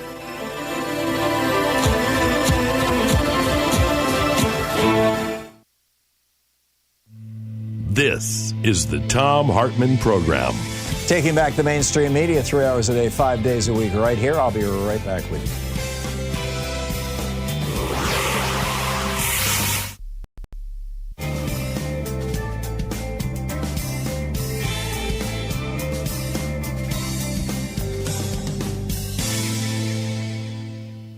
And welcome back. Howard in Seattle. Hey, Howard, thanks for listening to KBCS. What's up? Hey, Tom. Thank you. KBCS. Thank you very much. A couple of things I wanted to go over with you. This whole thing that's going on right now, I don't want to say it's a gripe, but the fact that Merrick Garland did not prosecute and complete the prosecution of Trump, in fact, shied away from it. I mean, this whole thing for 2 years. Yeah, would be possibly a different outcome had he done that. And the other piece of that that's tied together is, I don't know if the second book, the second Jack Smith report, has been published. No, neither of them have been published so far. But one of them, I think one of them wasn't the first one The book 1, I think, was somehow okay. The book 2 hasn't been. Right, but it hasn't been published. At least, and frankly, now that Merrick Garland is out, all of that's up in the air. I'm guessing that neither book is going to get published. I'm guessing that Trump is just going to have them destroyed. Yep, that's what I would think. Now, the other piece of this is, yesterday I live in Seattle, and a friend of mine who I talk to, and I tell her, from time to time, I mention you, the Thom Hartmann Show. And she came back last night and was telling me about Trump's stuff. And one of the things she said she heard, and again, this is hearsay, so I can't confirm it, but she said she heard your name, some news broadcaster saying that the reason why Biden lost had to partially to do with, Thom Hartmann. And it occurred for me as I'm listening to her say that, I'm wondering, because I value you and, I get a lot of information from you. You've mentioned before that the Republicans will go after the media. They will do what they can to take down media, and you're part of that. And I'm just wondering, it occurred for me, if they go after you, and I don't know, I don't want to create fear, but that's a possibility. Do you have backup? So we don't lose a valuable resource. Yeah, that's important. Howard, we're in woo-woo land here. To the best of my knowledge, nobody is attacking me. Nobody's ever accused me of causing a Democrat to lose an election. And frankly, I'm just not worried about it. Howard, I need to move along. Sandra in Omaha, Nebraska. Hey, Sandra, what's up? Well, with your deep knowledge of history, and I think you're probably equivalent to any historical researcher out there, looking back at how friends, neighbors, and the actual people at risk handled 1938, the Civil War, other things like that. Are there suggestions that you think you could make to people to prepare in advance for that moment when a child gets taken off the street? Yeah. For when a parent gets taken off the job? I'm thinking pagers, because a pager is something, not a phone.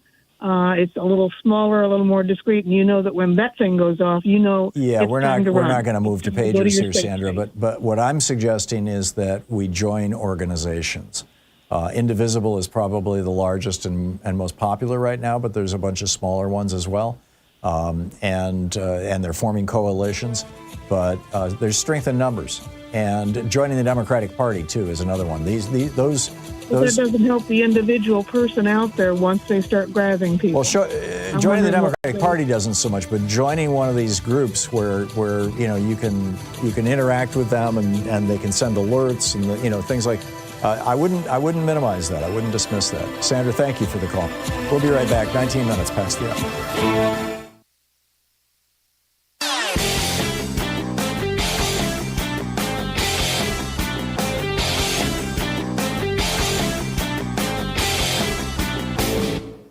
Missed my opening rant today? It's usually published over at HartmannReport.com, where you can read it and share it with your friends for free. Check it out, HartmannReport.com. Other countries enjoy benefits like free health care in college, modern mass transit, affordable housing, food, and drugs. They also have inexpensive internet and phone service without companies listening and selling their information. Schools that don't need to mention school shooters. Streets and parks filled with pedestrians and children instead of tents and homeless people. We, on the other hand, have the world's largest collection of billionaires. Most Americans probably didn't realize this was the choice they were making back in the election of 1980 when Reagan and Bush promised morning in America. But here we are. We have been just basically sold out to the billionaires by all these years of Republican, Reaganomics.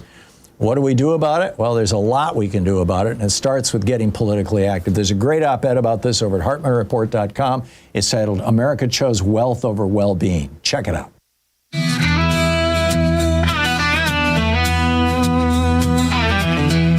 Welcome back. 21 minutes past the hour. Picking up your calls here. David in San Francisco. Hey, David, what's on your mind today? Well, hey, Tom, about a week ago, I mentioned that Trump was trying to take the gold of America and buy Bitcoin with it. Well, he's not trying to. He's discussed something that might be that, but, nobody has specifically suggested that to the best of my knowledge. Well, not to drag this on, there have been cryptocurrency people who claim that he's just going to quietly do it without the permission of Congress. Right. And I think they quoted that it was $74 billion that he was going to use to do it. Now, that would be a pretty big theft of America's treasury, $74 billion worth of gold to buy a fly-by-night cryptocurrency. But the bigger issue, there's a guy named David Sachs, and there was a quote in the news the other day, the reign of terror against crypto is over, and the beginning of innovation in America for crypto has just begun. So basically what they're saying is that Trump, if you oppose a cryptocurrency, you're a terrorist. If you think cryptocurrencies are a fly-by-night Ponzi scheme, then you're a terrorist. Now, when I called a week ago, I mentioned that there are so many different cryptocurrencies, and they're all competing against each other.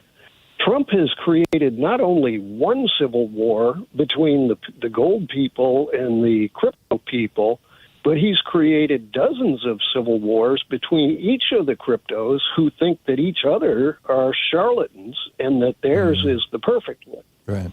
So that's a start. But I was just going to remind people, when Washington was freezing at Valley Forge, it was because the money had become worthless. The Continental Dollar, that the British had started counterfeiting the Continental Dollar, and Washington couldn't buy bullets, he couldn't buy hay, he couldn't buy firewood, he couldn't buy anything with the Continental Dollar anymore. It wasn't worth the Continental. Right. So Washington had to cross the Delaware, beat the hell out of the Hessians with the butts of their guns, and then the printing presses got out, and the 13 colonies came up with 13 different continental devices, script, actually. types of. Yeah, they came up with their own money. Now, if Donald Trump is going to play with the money, the value of America, we, the people, are going to have to come up with our own kinds of money. And Ralph Nader and Howard Zinn and any number of other people have talked about local currencies. So we're going to have to come up with local currencies as an immediate hedge and just ignore this jackass while he creates a hyperinflation, between just a couple of details here, David. Number one, I've never heard anything credible that suggests that Trump or anybody else wants to convert the gold in Fort Knox into Bitcoin. Rather, what I've heard is that he wants to create basically a strategic Bitcoin reserve that would simply be funded with deficit dollars, but, by borrowing more dollars, in the U.S. Treasury sell treasuries. And you're right, it would require an act of Congress to do, but, apparently that doesn't matter. Donald Trump has already, Congress passed a law saying that by last weekend, TikTok had to divest themselves and be sold to somebody else. Trump has suspended enforcement of that law illegally, and nobody's even talking about it. Trump obviously doesn't, respecting the law ain't nothing for him, number one. Number two, cryptocurrencies are not actually currencies, they're commodities. Like gold or silver is a commodity. The problem is that they're a commodity whose value is defined by how hard it is to mine them or produce them with the current generation of computers. Well, if you get quantum computers online that can perform calculations literally 1 million times faster, then the value of cryptocurrency could drop by 1 million-fold because it'll be so much easier to mine them, so much faster to mine them. That, I think, will be the inflection moment when cryptocurrency just absolutely collapses. And I don't think that's very far down the road. I think we're looking at a Dutch tulip bulb thing. But local currencies that you mentioned, local currencies are important as ways to keep money within the community because they can only be spent locally. When I was in Vermont, we had Green Mountain dollars, and we participated in that in Montpelier. But it was just a way of making sure that the local economy was because you couldn't use them at Walmart. You could only use them with locally owned businesses. Right. Well, again, if you just do a basic Google search of gold to Bitcoin, Trump has pushed it. There was legislation attempted last summer. I think it was a Florida congresswoman that attempted it last summer. That look up the strategic. Okay, well, I'll take your word for it, David. I'll take your word for it. I was unaware of that. But in any case, I don't think it's going to happen. I do think, though, that he's going to do something to legitimize Bitcoin, on behalf of these Bitcoin billionaires who are, just gung-ho for this. David, thanks for the call. Plus, his two sons have started a Bitcoin company as well.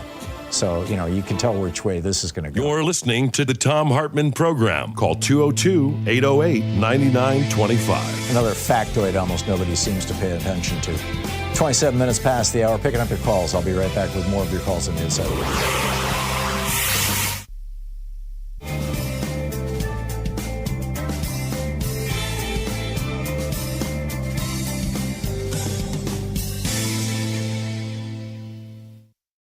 Our book today is In Defense of Public Service by Cedric L. Alexander. The subtitle is How 22 Million Government Workers Will Save Our Republic. This is from Chapter 1, Civil Servants and Servant Leaders. Unelected public servants are found at all levels of government, federal, state, and local. But the modern model for all is found in the federal employment systems. More specifically, it is in the concept and operation of the federal civil service system, which governs the appointment and tenure of most federal workers. Those who believe that the unelected federal bureaucracy is a deep state covertly dedicated to the overthrow of elected government see the civil service as a fundamentally unconstitutional innovation, a monster of very recent creation. Such demonizing mythology aside, the truth is that the origin of the unelected government is found in the Constitution, under Section 2 of Article 2. The article defines the powers of the executive branch, and the second paragraph of its Section 2 assigns to the President the power to, quote, nominate and by and with the advice and consent of the Senate, to appoint ambassadors, other public ministers and consuls, judges of the Supreme Court, and all other officers of the United States, whose appointments are not herein otherwise provided for and which shall be established by law. End quote. Thus, the President has the power to make all appointments not otherwise provided for in the Constitution. These are subject to the Senate's advice and consent unless Congress, by law, vests the appointment of such inferior officers as they may think proper in the President alone, in the courts of law, or in the heads of departments. End quote. In other words, the unelected government, which I have called the fourth branch, is rooted in the Constitution through the powers that it grants either to the President or to Congress. In turn, Congress may grant the President, the courts, or heads of departments the power to hire unelected public servants. In all cases, however, the creation of the unelected government flows from the Constitution, the supreme authority and originating law of the nation. The framers of the Constitution recognized that the elected government of our republic was not in itself sufficient to govern us. It cannot alone get government done. It does not alone possess all the expertise necessary to lead, let alone manage, so vast an enterprise as a nation. If this was true in the late 18th century, it's even truer in the 21st century geopolitical and technological environment that is far more complex, and that therefore requires a cadre of professionals possessing a wide variety of specialized skills, training, education, and experience. The Constitution does not call these appointments and hires a fourth branch, but that is what the federal service and other government workers constitute. De jure, in law, there is no fourth branch of U.S. government, yet it unquestionably exists de facto, in practice, in reality, in fact. Does the fourth branch compete with the three constitutionally established branches? No. It coexists with them as provided for in Section 2 of Article 2 of the Constitution itself. Those three constitutional branches are absolutely necessary to our republic, but they are not sufficient to it, as the framers acknowledged. Moreover, as I've already observed, for most people, most of the time, and in most situations, it is the member of the fourth branch who are, practically speaking, the government. They are the doers. They implement the policies created and interpreted by the three constitutional branches. What is more, although they do not decide or decree policy, they often influence it, not covertly, but by intention and design. The Constitution assigns the advising on and consenting to most major presidential appointments, but members of the fourth branch do far more advising on a daily basis when it comes to providing the subject matter expertise and feedback necessary to formulate and modify policy decisions. As it turned out, following the coming into effect of the Constitution in 1789, the president, the chief executive, that is the elected official responsible for faithfully executing the laws, directly or indirectly appointed the unelected personnel whom he deemed necessary to execute government. Most of the agencies in which personnel of the unelected government served were created by the executive branch under Article 2. And for a full 170 years after the Constitution was ratified, the president had the unquestioned authority to appoint and to terminate what were, in effect, employees of his branch, the executive branch. Indeed, in 1789, Congress explicitly voted, by a narrow margin, that it had no authority of approval or disapproval of presidential decisions to terminate appointees. Only those few public positions that were independent of the executive branch, which today are known as independent agencies, were not subject to presidential appointment or termination. In 1829, Andrew Jackson took office as the 7th president of the United States. He was regarded as the apostle of the rights of the common man, and he made it clear that he intended to usher in an area of a more highly participatory democracy. During his 2 terms and under his influence, many states substantially extended the still males-only franchise by dropping property requirements from the ballot, and Johnson waged a mighty battle against the Second Bank of the United States in a successful effort to loosen credit and thereby free up sources for finance. In Defense of Public Service by Cedric Alexander.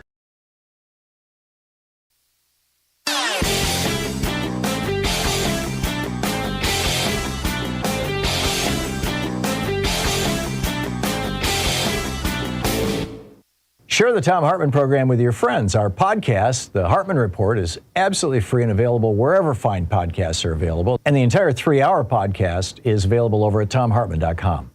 Human beings have a couple of unique characteristics. The first is that we can be very tender and loving and concerned and caring toward people we perceive as being our group, us. We can also be extraordinarily violent against people that we consider to be them, if we think of them or this other as a threat. Probably the classic example of this is Adolf Hitler convincing Germans that, Jews were a threat to them and good Germans going along with the Holocaust.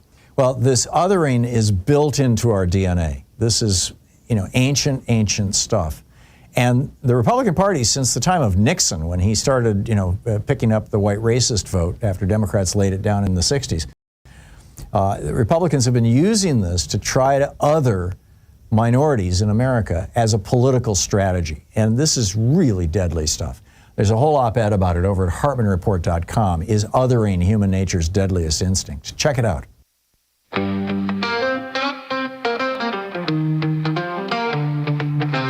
FDR saved us, pulled us from the dust, built a shining land where the middle class could trust. We had a dream, a place to call our own, but the GOP came in, and now that dream is gone. They said cut the taxes, let the riches flow, but all we got was greed and nothing left to show. From Reagan's time to now, they let us fall away. FDR saved America, but the GOP led us astray. Welcome back, 36 minutes past the hour. I have a quick story here, and then I'll pick up your calls. Where did the Greenland thing start? You'll recall it was in 2020 or 2019. It was 2019 that Trump first announced that he thought America should buy Greenland. Well, where did this come from? What put this into his head? It turns out that Russian intelligence, these so-called special services, forged a letter that pretended to be from Anna Lundberger, who is the foreign minister of Greenland. So here's this letter that was created by the Russians that looks like it's from the Greenland foreign minister and was sent to Senator Tom Cotton, suggesting that Greenland would like to talk about selling itself to America. Tom Cotton shared this with Donald Trump, and Donald Trump got all excited about it. So it was after Cotton's statement that Trump seriously thought about this idea. In 2019, Copenhagen responded, pointing out that A, the letter was fake, it was made by Russian intelligence, and B, we have no intention of selling Greenland to you. As a result of that, Donald Trump canceled a trip he had scheduled to Greenland. So, here we are. It's incredible. Just an incredible story. And, and then comes Representative Andy Ogles. He's the Republican from Tennessee in the House of Representatives. And he was on Fox Business Network. And he says, the U.S. has a right to acquire Greenland because we are, quite frankly, the dominant predator. Now, this is the exact same language that Hitler used to take Poland and Austria and Czechoslovakia and France and Italy. Italy is already gone. But you get the point. We can take a country because we can. I mean, this is crazy. Ogles, this crazy right-wing congressman, he says, that might sound a little crazy, but actually the United States has been eyeing Greenland for over 100 years. Strategically, when you look at it, it's wealthy in resources. Oh, yeah, well, we've been doing that from day one, right? Hey, you got oil over there, we're going to take you, we said to Iraq, remember? Or, hey, you've got some good land out there, we're going to take that from you, we said to the Indians, the American Indians. Ogles goes on to talk about the Arctic Circle and increased activity in the shipping lanes. He says, it's important for the United States to assert itself and say, look, this is our doorstep, this is our area of operation, and we are, quite frankly, the dominant predator. It's important we fight back against China and send them back to their own hemisphere. His bill that he introduced was called the Make Greenland Great Again Act. These guys, originality is not their thing. Anyhow, 39 minutes past the hour. What's on your mind today? Lynn in Tahlequah, Oklahoma. Hey, Lynn, what's up? Hey, Tom. Listen, I just wanted to tell you that I read this in the paper yesterday that Governor Stitt, she's trying to walk it back now because people are raising Cain, but he had made a proposal that high school students, in order to get their diploma, they were going to have to either be accepted to a higher education, enrolled in a tech school, or join the military before they get their diploma. Really? That's weird. Yes. Yeah, and he's trying to walk it back now, saying, oh, that's not what he meant. But he said it out loud, Yeah. So, anyway, I just thought that was kind of crazy. I just wanted to let you know. What that illustrates, Lynn, is the conservative worldview, the progressive world with regard to motivation. The progressive worldview with regard to motivation is if you want to encourage people to do things, you make it pleasant for them. You give them a reward at the end. The conservative worldview is if you want people to do things, you beat them up and threaten them with horrible things if they don't do those things. And it sounds like that's what Kevin Stitt is saying. Yes, we want more high school graduates, so we're going to threaten you that you're not going to get your degree unless you do this and this. Whereas, Democrats would say not only will you get your degree, you'll also get, $500 toward a scholarship or something like that. People are thinking that it's going to cause more kids to drop out of high school. Sure. Why bother if you're not going to get a degree? Can't afford college for one, and they don't want to go in the military. Yeah. So, but it's just a messed up situation. Yeah, I get it. I hope he drops it. But anyway, yeah. Well, it was in the paper, reported in the paper. Okay. Well, thanks for the report from Oklahoma, Lynn. Great to hear from you. I appreciate it. Mark in Seattle, listening on KEXP. Hey, Mark, what's up? How's it going, Tom? Good. Hope you're having a good day. It's sunny and shining here. Anyway, I just want to talk about the pardons. Mm-hmm. I think the pardons he had to do because he promised it for about 2 years. And the pardons work in a different way. It shows all those other people working underneath him, he's got them covered. So don't worry about what you do. I'll pardon you. Yeah. I think that was the main goal. Oh, I think so too. What he's saying is you may You may threaten people. You may beat up people. You may even kill people. I mean, keep in mind, they killed 3 police officers. You may even kill people, even the police, and I'll make sure that you are not held to account for it. These people are going to be very dangerous.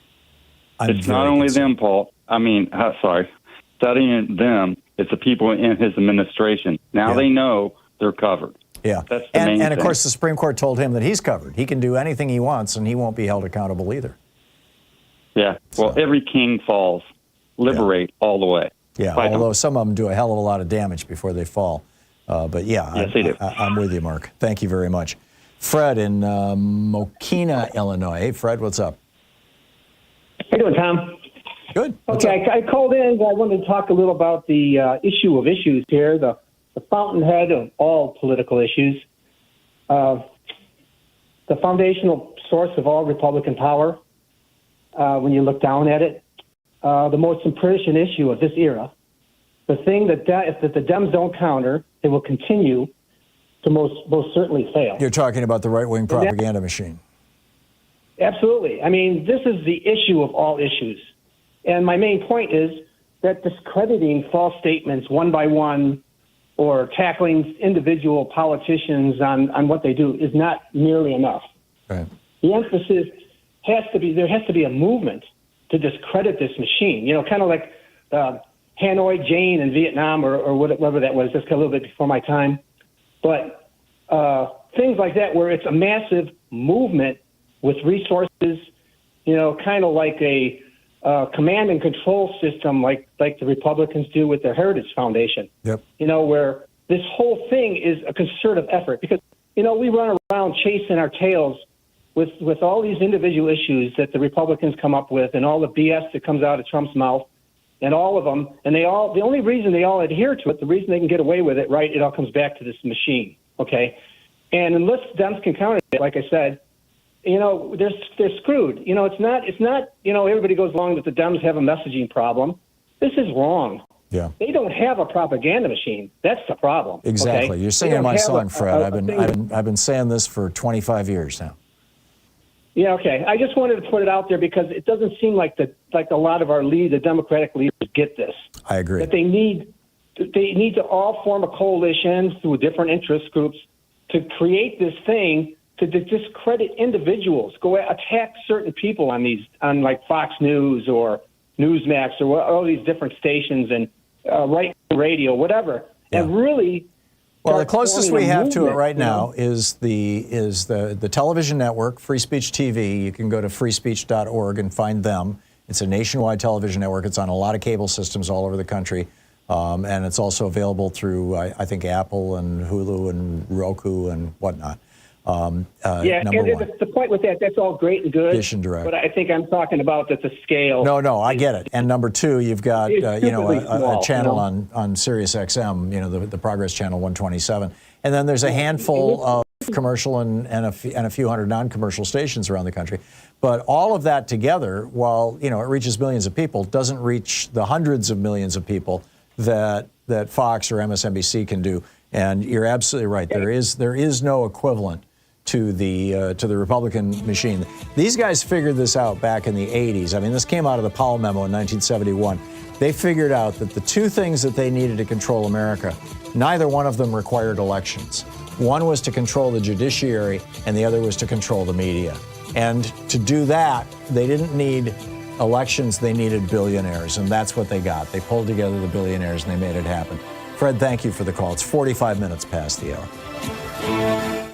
You're listening to Thom Hartmann. Visit thomhartmann.com for audio and video archives. And this is the lesson, by the way, that we see in every autocracy around the world, every strongman government. Control the judiciary, control the media.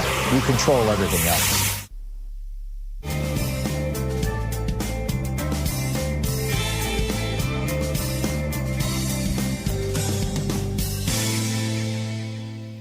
And welcome back. Michael in Cleveland, Georgia. Hey, Michael, what's on your mind today? You hit one of my triggers this morning. Uh-oh. I've lived in the South most of my life and always figured that we lived in a slave plantation mentality. And having been a slave for 8 years on installment plan. I've seen it up front. I've called you about the FEMA camps we got in Georgia. There's 15 or so, plus God knows how many around the world. But they're criminalizing homelessness and such. They got the slave plantation bunch out there with slave catchers locking people up for being homeless and one thing and another. The prison industrial complex, now that you're a slave, you can build furniture and you can pick cotton. I've gotten in on that. There's some different things. And I thought this was strictly a Republican thing, but when something was said about emptying some of the prisons in California, Kamala Harris allowed that they required that prison labor to help support their habits. And you got the police is lined up, your slave catchers is lined up, armed to the damn teeth. They're criminalizing everything. Down here we call it taxation through citation. Yep. It's also, it not only generates revenue, it also, if you can selectively prosecute people, it prevents them from voting in most of your Confederate states. Yeah, well, then they charge the taxpayers $200-300 a day for the privilege. Yeah. What we've got here, it's just ugly. I mean, it's on the order of the California fires. This thing is so huge. Yeah. The police are completely unhinged. I mean, there's no, the court systems are jammed up. I got young'uns set in 100 days, ain't been charged with nothing. I don't see where we go from here. I mean, we need to identify that we got an issue, but well, they're building camps now. I mean, I've never seen any actual evidence that there's a FEMA camp, Michael, outside of outside of places for refugees. When they start picking up these, but let me finish my thought here. But the Trump administration is planning on building a whole new set of prison complexes.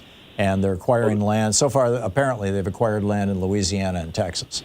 And what they're going to use those for, I'm thinking that this is the beginning of a Dachau kind of thing, where they put their political prisoners away. We'll see. That's pretty extreme, but I think that's a possibility, Michael. Well, my brother-in-law was one of the ones that financed some of the stuff here in Georgia. He was with the Cobb County Police Department. He run around the country building these things. But the thing is, when they start picking up all these Mexicans and these different people that are undesirables, the homeless and whatnot, and filling these camps up, we're going to have the biggest slave plantation on earth. Yeah. Right back to our roots, right? Yeah, but we got. I don't know how we deal with this, but you got to know your enemy. And unfortunately, this is quite literally on the scale of the California fires. Yeah. There's nothing, there's no way I can see to put it out. I get your concern, Michael. Michael, thank you for the call, and thanks for watching us on YouTube down there in Georgia. It's, 10 minutes before the hour. I'll be back with you in 60 seconds. We'll continue picking up your calls. Stay tuned.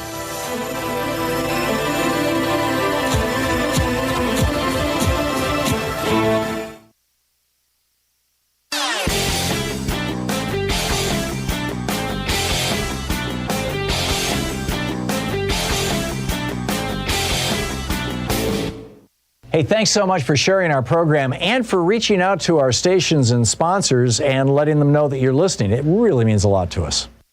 Did you know that the ancient Roman Republic, which for 480 years was actually a democratic republic before Julius Caesar kind of ended the democracy phase and replaced it with the autocracy phase, that they were brought down by a very small group of very rich people. The richest man in ancient Rome was Marcus Licinius Crassus. He was the richest guy, the billionaire of Rome. And he frankly hated the Roman free bread for all welfare system. It was being paid for with his tax dollars, after all. So him and Pompey the Great and a few other rich guys got together, and they basically crashed Rome. They turned it into an oligarchy and then into a tyranny. And the parallels to what Trump is doing right now are absolutely shocking. There's an article about it over at HartmannReport.com titled American Caesar, Trump's Path to Power Mirrors Rome's Darkest Days. Check it out.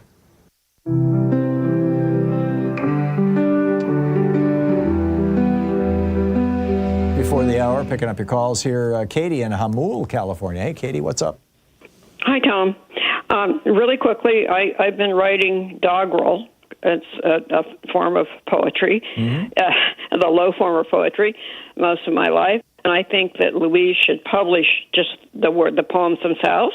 So that's, she does, actually. They're all over at, if you go to HartmannReport.com, and on the top panel, there's a thing that says Daily Song. And if you click on that, every day she posts the song and the lyrics. But is that with the song? Was that with the music? Yeah, and you can download it. No, I would just like to see the poetry. Well, I would like to have it. The text of the song is also printed out there.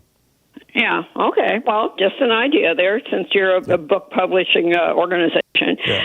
But I think she should put the songs on Spotify, but that's a whole another discussion. There you go. Just really quickly, I mean, one place where people can talk about Trump, and that I have before the election, because I talk a lot and don't alienate people, but it's in the grocery line. So I would start saying, boy, I'm sure looking forward to the prices coming down at when Trump gets in. Now I'm going, God, this is still that expensive. When's Trump going to bring these prices down? And it creates a conversation in the line, It's just like, I like that. Just a little FYI. But what I called about was my husband went to the barber, like 2.5 weeks ago or something, and he comes back and he said, my God, it's already started. His barber is a Mexican native. I have no idea what his status is. Probably has a green card. And the barber said, oh, this has already started. In Bakersfield, they had a huge roundup of workers. And he said, it's crazy. He has family there. Yeah, that was last week. It was published in Cal Matters, which is the only place I found it when my husband told me about it. And it was published on January the 10th. And so what happened before the 10th? It happened, according to the article, the day after the 6th. Well, that would be the 7th. And they went in, and they just absolutely devastated the place and got everybody. A probable cause was how you dressed and what your skin color was, and that's true. That was all it was. And this is coming events that are casting their shadow. And I'm telling you that according to this article, I mean, you should read it in Cal Matters, because I couldn't find a better article than this, that they said it said here, U.S. Customs and Border Protection did not respond to a request for comment on social media. Gregory K. Bovo, Bovino, which is bovine in Spanish, Bovino, and the Border Patrol calls this week, quote, Operation Return to Sender. And, Biden was still in, and Trump had just been, declared whatever. And it's that people are frantic, and I wonder how many voted for Trump. But that store, the shopkeepers, the towns, and of course, this is a very red. Kern County is quite red. Is kind of running their own thing. They and I doubt that Biden wanted to micromanage it, particularly in the last weeks of his administration. No. But I mean, they're totally running their own thing. That's the whole thing. Yeah. I mean, we're very much under the radar. Yeah. And when it happened, I didn't see a story about it. That's why I said somebody called into the program about this a week or so ago.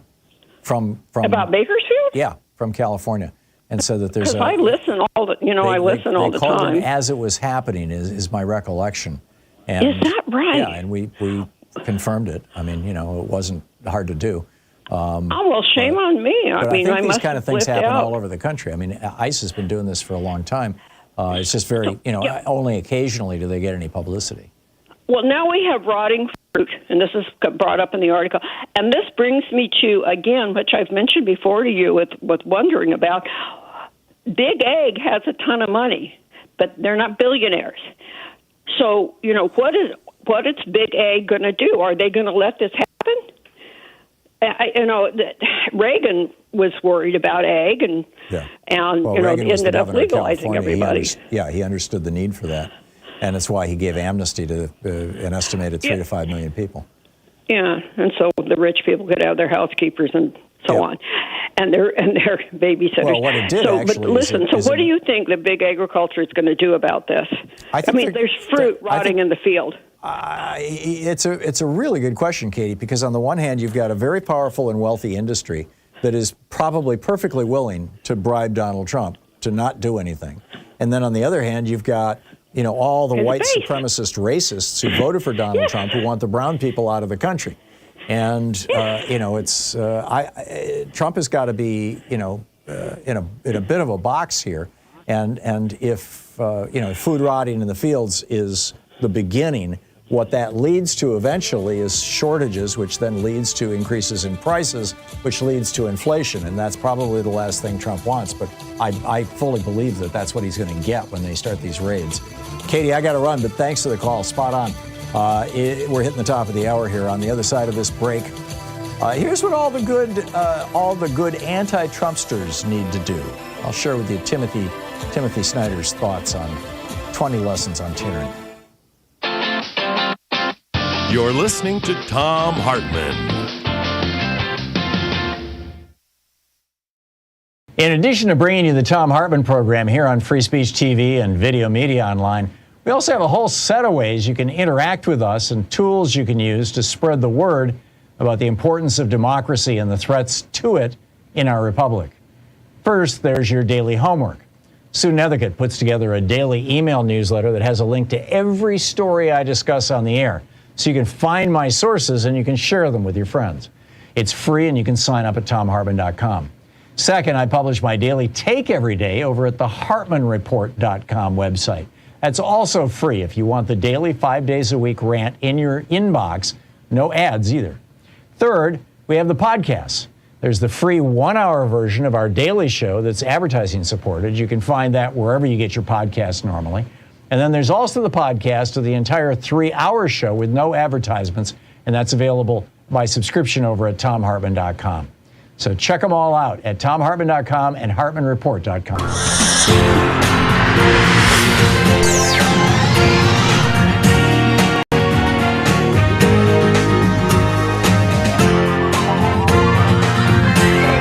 We say fight back!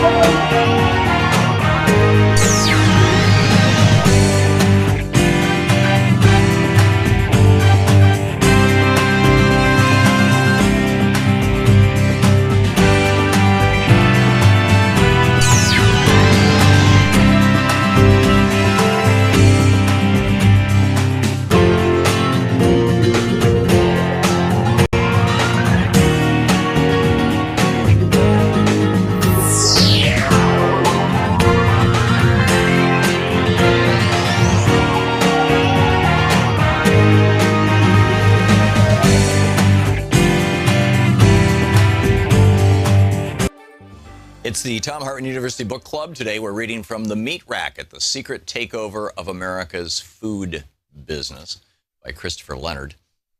This is from the prologue. It's titled The Hidden King. Nobody ever visits the stranded little community of Waldron, Arkansas. But even if they did, a tourist would never see the place for what it really is. Most outsiders would be fooled into thinking it was an actual small town. On any given morning, the residents awaken and begin their routine along Main Street. Old men park their pickup trucks by the curb in front of the Rock Cafe, which opens early for breakfast. As the cafe's booths and tables fill up, a congregation of old-timers in cowboy hats gathers in a loose ring of aluminum chairs out front, smoking and talking and stubbing out their cigarette butts in a bucket full of sand. Later in the morning, Chambers Bank in the south end of town opens up, and the tellers cheerfully greet customers by name.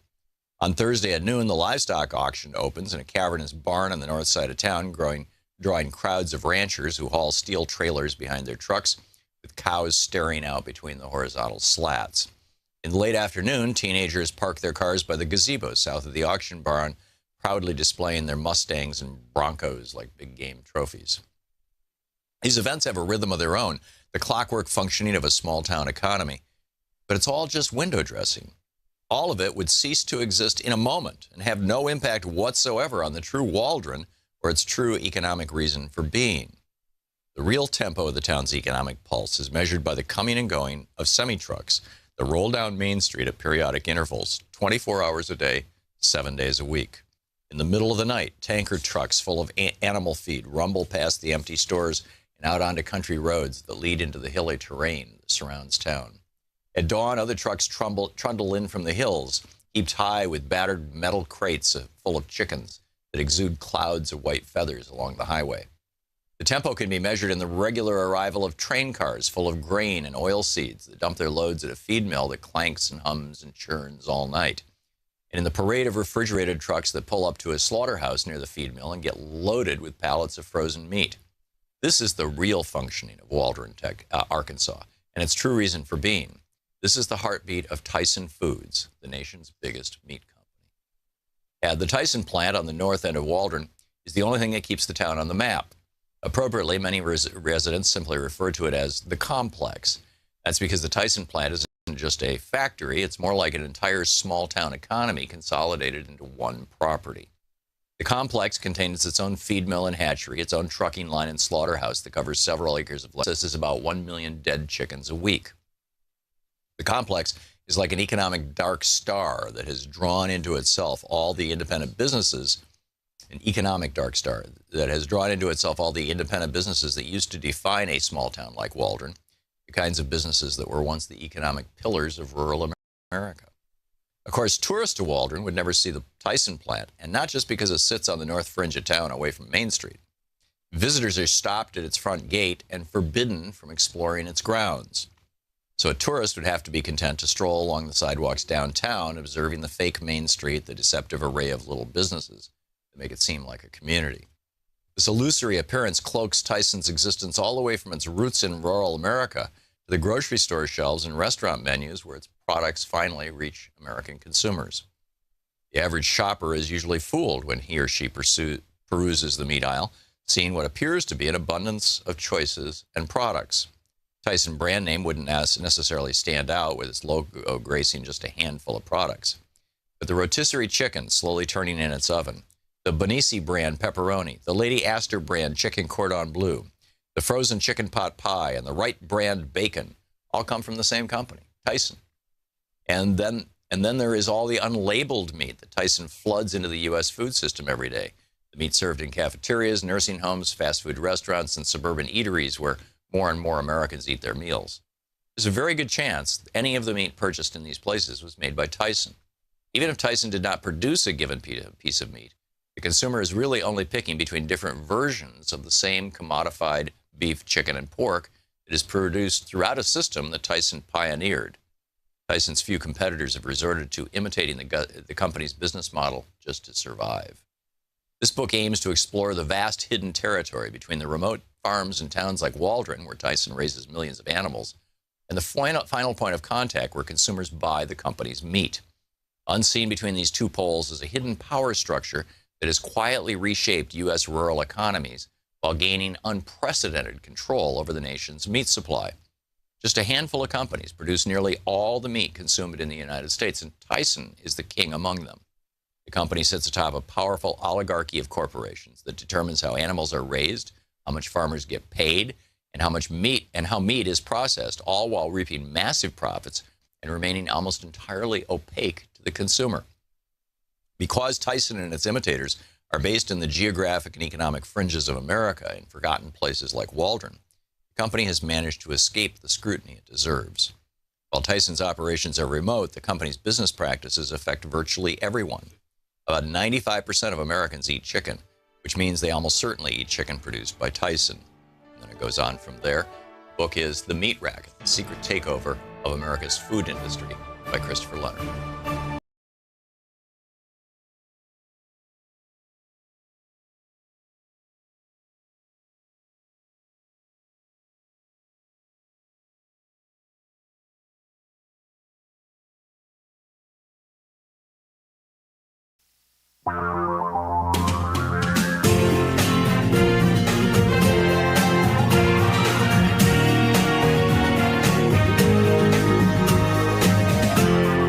This is the Thom Hartmann Program.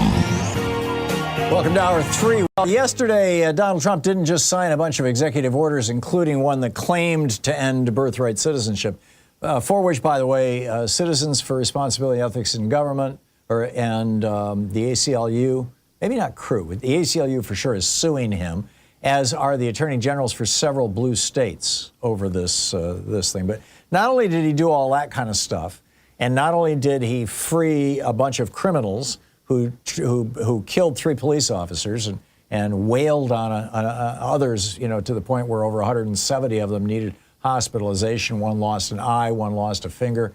Many of them had, spinal injuries and other injuries that prevent them from continuing as police officers. Not only did he do that and bless that kind of violence, but he also fired the only woman who has ever commanded one of the branches of the military. Her name is Commandant, U.S. Coast Guard Commandant Admiral Linda Fagan, F-A-G-A-N. And, she worked her way to the top and was heading up the U.S. Coast Guard, the first woman to lead any branch of the American military in history.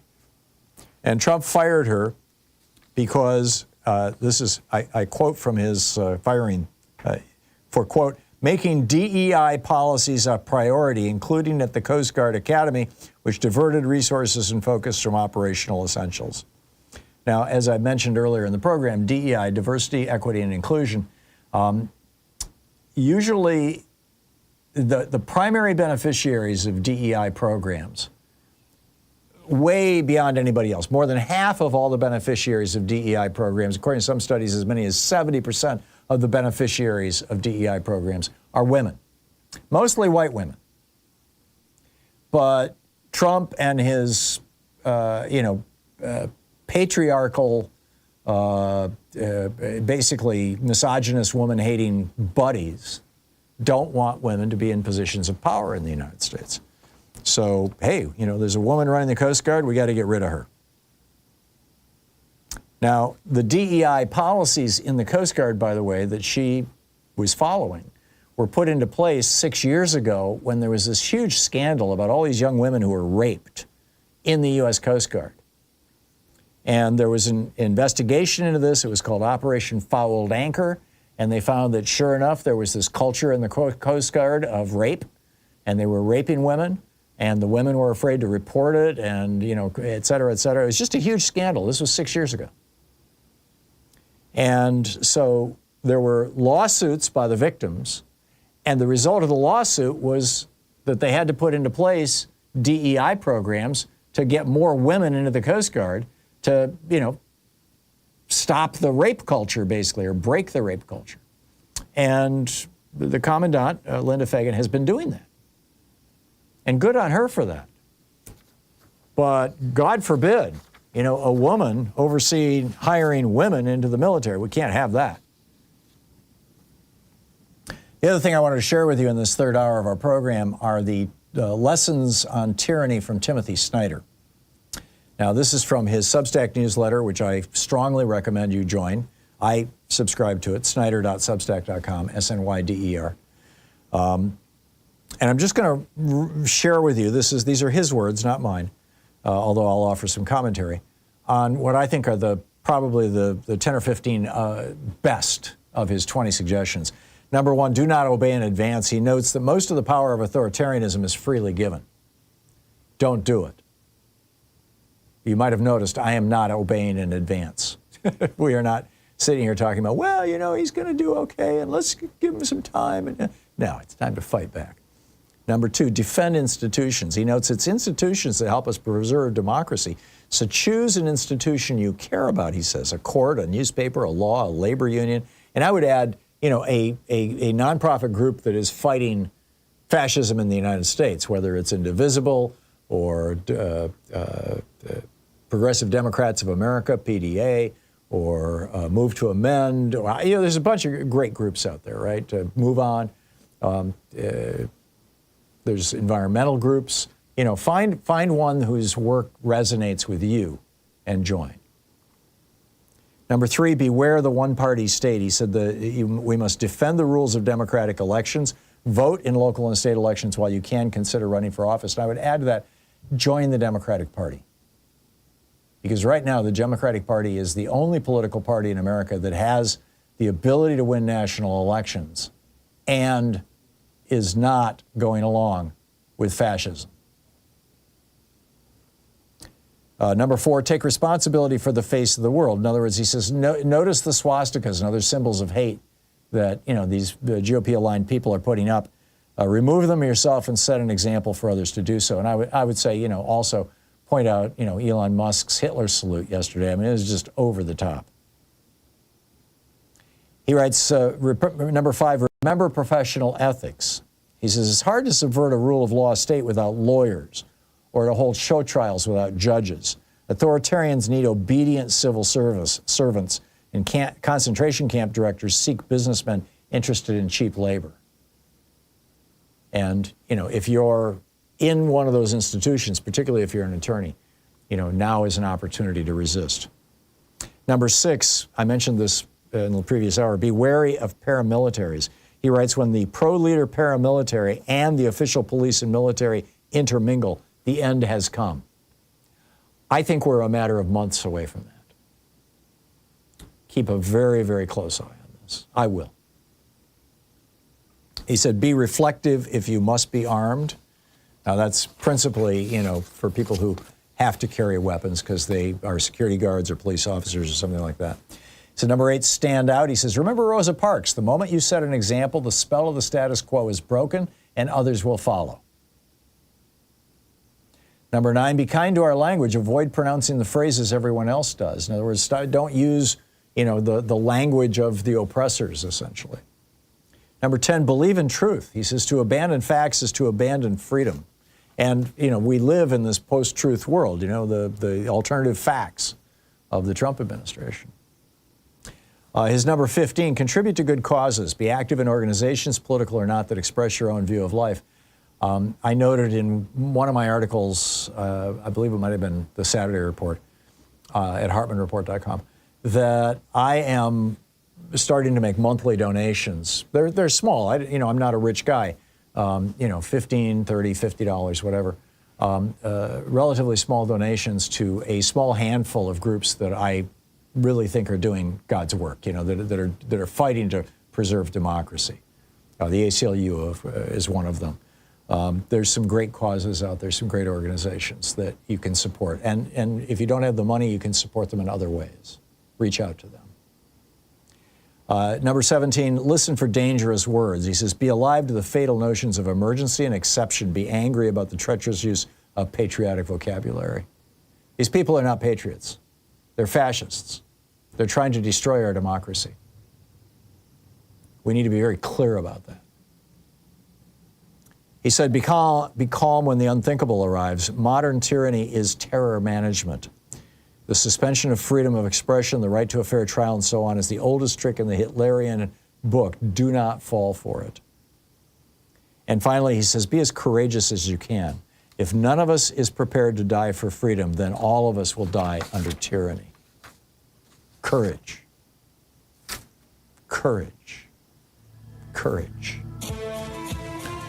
It's coming up on 15 minutes past the hour. I'll be back with more of the news of the day. Well, actually, I'm kind of done with my list for the day. So I'll be picking up your calls on the other side of the break. What's on your mind? What say you about all these things? How do you think these things are going to play out? How far do you think Trump is going to get before the backlash starts? And what can we do to facilitate? I'll be right back with you. Stay tuned.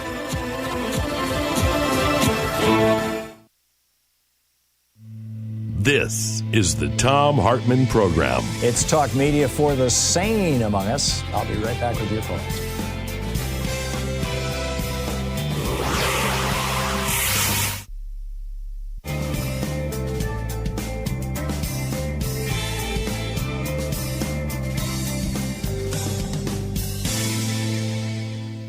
And welcome back. Amento in Dallas, Texas. What's on your mind today? Tom, how you doing? Good to talk to you again. What's up? So, I was wondering, what do you think about the hydrogen engines? Hydrogen cars. I think hydrogen cars are a great idea. I mean, you can get up to 1,000 miles range. You can refuel them in less than 2 minutes. The problem is that there's no hydrogen production infrastructure in America. I mean, you can get home hydrogen generator units that convert electricity and water into hydrogen. but they're expensive. So right now, hydrogen cars. I believe Toyota's making one, right? Am I recalling correctly? Yeah, I heard Trump say one time that Elon Musk suggested to him to not to promote it, not to get behind that.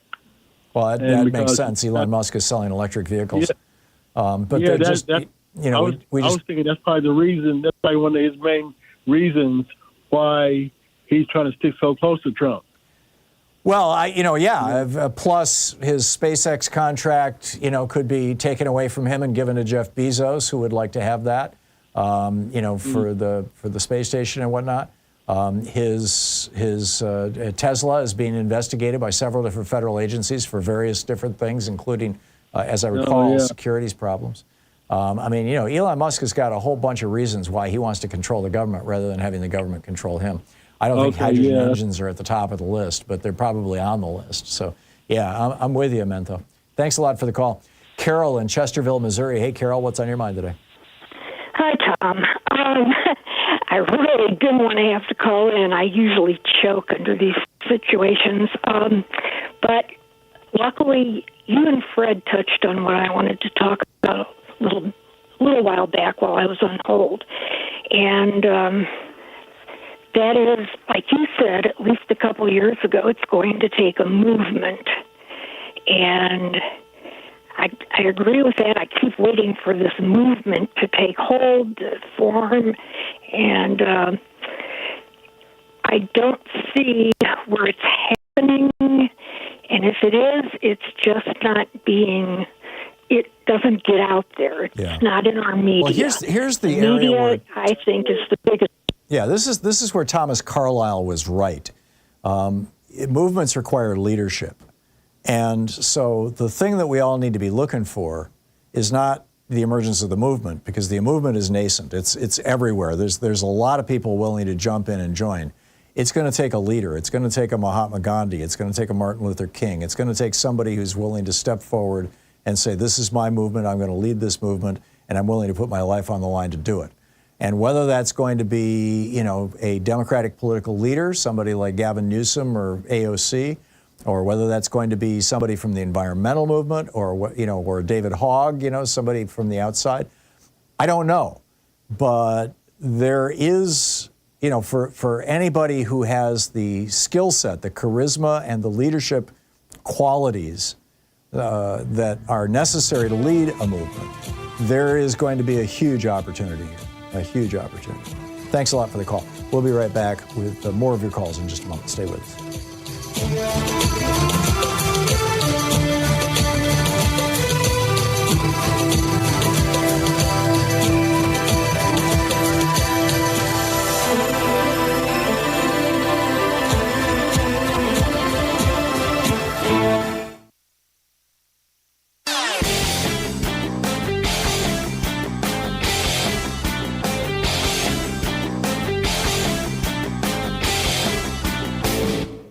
Change starts with you. You can be calling your Democratic or Republican representatives to let them know what you think by calling 202-224-3121. It's the Capitol switchboard. It'll get you right through to them. People in the Rust Belt states know all about tariffs. They know that tariffs kept jobs in the Rust Belt states for centuries, literally, that America was built on tariffs. It's one of the reasons Donald Trump got elected in 2016 was because he talked about tariffs. But for some reason right now, the Harris-Walz campaign, or Democrats in general, are reluctant to talk about tariffs. They call them sales taxes or something like that. They really need to be a little more straightforward, because people, particularly in the industrial Midwest, or in the Rust Belt, as we call it now, are not dumb. They know what's going on. They know where we've been and how we got here. And I think it's pretty important to be talking about tariffs and what they are, how they work, and how they can bring manufacturing back home. I wrote a piece about it for Hartmann Report. It's titled, Why Trump is Wrong and Alexander Hamilton Was Right About Tariffs. And I think you'll find it absolutely fascinating at hartmannreport.com. Check it out.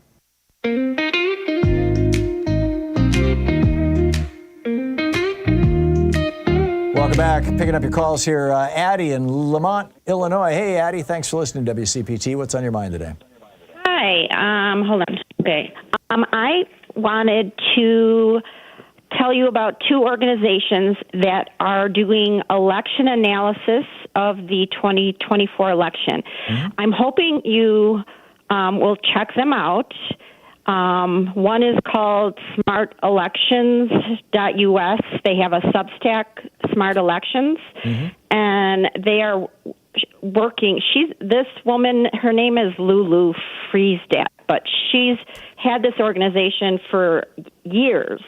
It has been, increased energy because we lost. Progressives weren't working with her when Biden was in, she said. But she's working with another newer organization called the Election Truth Alliance. They did a live event in Washington, D.C. after the People's March this weekend, and I watched it. It was a little bit lengthy because they did a live stream of it, and you can watch it on YouTube. But I hope you will check it out before you talk to... Yeah, I just signed up for it. I've known Lulu for years. I mean, she's a good person, and she does good work. Well, but it was extremely interesting. They have a lot of data. They're looking for volunteers, but you sometimes sound very dismissive of the election, like there was nothing to go on. And when by watching, and they have support, data analysis, graphs, and things like that, and they're getting more and more. It looks like something that should be investigated, because if they keep messing with the elections, we'll never win again. So I hope you will check them out before you talk to Greg Palast. And Will do. Like I said, while we were speaking, I didn't realize that Lulu had a Substack newsletter, so I just went and subscribed to it. So I'll check it out. Great. All right. Thank you thank you very much. Yeah, good talking to you. I appreciate it. Ed in Chicago. Hey, Ed, what's on your mind today? Hey, Tom. I'm just wondering. I'm thinking, in a sick way. Trump just handed the Democratic Party, if they use it, an issue that they could pound over and over again. But I'm wondering, do you think there's any chance of all the members of the Senate, the Democratic members of the Senate, to pound the issue of Trump pardoning the January 6th rioters? My thinking is, the Republicans will lie to use fear. The Democratic Party, they could honestly use fear, and fear will actually break through to the corporate news because fear sells. But Trump is, he's just created his brown shirts, and all the people who might not have who've been too afraid to join the Proud Boys, et cetera, because they didn't want to go to jail, now know they have a get out of jail card. Right. But so I'm thinking if en masse, if the Democratic senators, I know it's hard for them to break through the corporate news, but if day after day after day they're out there pounding how scary this issue is for our democracy, do you think there's any chance of that happening, or do you think the Democratic Party is just going to say, well, we'll let it work its normal news cycle and worry about it later? Yeah. So what would the line be? I mean, Trump just organizes brown shirts. I mean, we have no evidence of that other than that he let all these people out of jail. I would say the time for, I called Mom in Illinois, so I called Durbin and Senator Duckworth, and I just told them the time for holding back that's long gone. Yeah. You need to stand out there en masse. All this, and I'm talking about borrow, political theater from Republicans. Stand on the steps of the Capitol, every Democratic senator, and they could go every day. They could bring up an issue about how scary this is that Trump has just created his own brown shirts. Yeah. I don't think people realize how much evidence there were against these January 6th rioters. It was absolutely massive. It was absolutely massive. But most people who don't listen to this station aren't they're not aware of just how much evidence there was. Well, but it's all vanished from Fox News, and most of the mainstream media. They just don't, because it pisses off Republicans. Yeah, I'm trying to think of a way to break through to the corporate media, and I'm thinking of every day, you have the entire Senate out there on the Capitol steps warning about this. Perhaps then something might break through, but I don't know if the Democrats, members of the Senate, have the will to do this.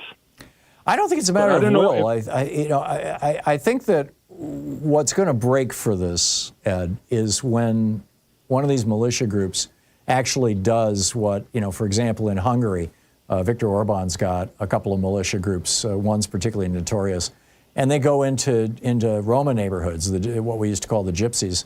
Now that's considered a pejorative, but they go into Roma neighborhoods and beat up people or burn them out of their houses. When one of these militia groups does something like that, then I think we've already had them. We've already had them marching through streets of I forget which state or which city it was. But actually, there have been a few. We've already had them marching through. Those are performances. I'm talking about actual violence. But we'll see. Ed, I got to run. Thanks a lot for the call. 27 minutes past the hour. I'll be back with more of your calls on the other side of this break. Stay with us. It's the Thom Hartmann Program.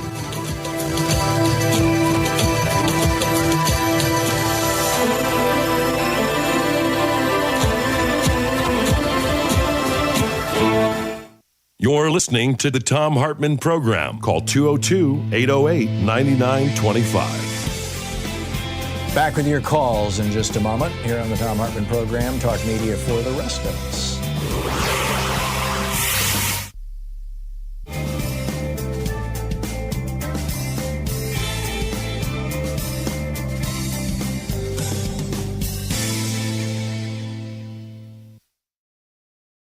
Our book today in the Thom Hartmann Book Club is Defying Hitler by Sebastian Haffner, a memoir. This is from chapter 17, about a little more than a third of the way into the book. At first, the revolution only gave the impression of being an historical event like any other, a matter for the press that might just possibly have some effect on the public mood. The Nazis celebrate January 30th as their day of revolution. They are wrong. There was no revolution on January 30th, 1933, just a change of government. Hitler became chancellor, by no means the Führer of the Nazi regime. The cabinet contained only 2 Nazis apart from him. He swore an oath of allegiance to the Weimar Constitution. The general opinion was that it was not the Nazis who had won, but the bourgeois parties of the right, who had captured, in quotes, the Nazis and held all the key positions in the government. In constitutional terms, events had taken a much more conventional, unrevolutionary course than most of what had happened during the previous 6 months. Outwardly also, the day had no revolutionary aspects, unless one considers a Nazi torchlight procession through Wilhelmstrasse or a minor gunfight in the suburbs that night as signs of a revolution. For most of us outsiders, the experience of January 30th, 1933 was that of reading the papers and the emotions we felt while we were doing so. The morning headline was, "Hitler called to president." That produced a certain nervous, impotent irritation. Hitler had been called to the president in August and November. He had been offered the vice-chancellorship and then the chancellorship. Both times he had set impossible conditions, and both times there had been solemn declarations, never again. Each time, never again had lasted exactly 3 months. Hitler's opponents in Germany at that time suffered from a compulsive urge to offer him everything he wanted, indefatigably, and at an even cheaper price. Indeed, to press it upon him. It's the same now with his opponents outside Germany. Again and again, this appeasement was formally renounced, and again it gaily reappeared at the crucial moment. Just so today. Then, as now, one's only hope was Hitler's own unreasonableness. Would it not sooner or later exhaust the patience of his opponents? Then, as now, it became apparent that their patience knew no bounds. At midday, the headline said, "Hitler makes impossible demands." We nodded, half reassured. It was only too credible. It would have gone against his nature to ask for less than too much. Perhaps the cup had once more passed from us. Hitler, the last defense against Hitler.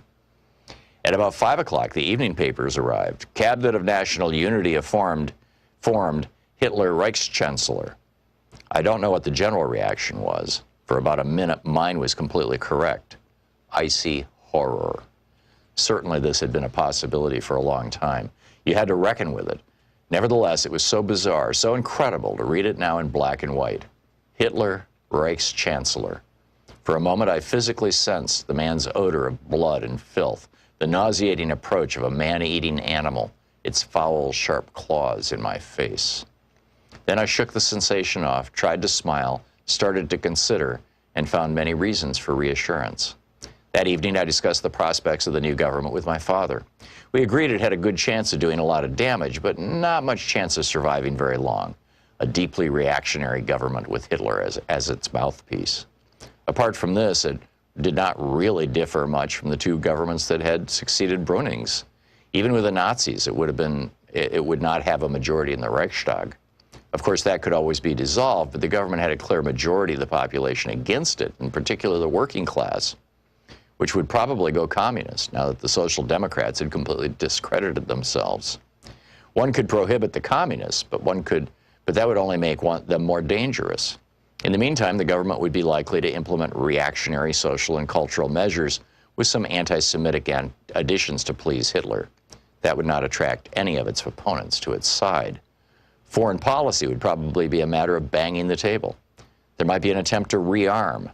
That would automatically add the outside world to the 60% of the home population who were against the Hitler government. Besides, who were the people who had suddenly started voting Nazi in the last 3 years?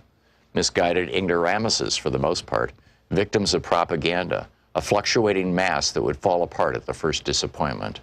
No, all things considered, this government was not a cause for alarm. The only question was what would come after it. It was possible that they would drive the country to civil war. The communists were capable of going on the attack before a prohibition against them came into force. The next day, this turned out to be the general opinion of the intelligent press. It is curious how plausible an argument it is, even today, when we know what came next. How could things turn out so completely different? Perhaps it was just because we were all so certain that they could not do so and relied on that with far too much confidence.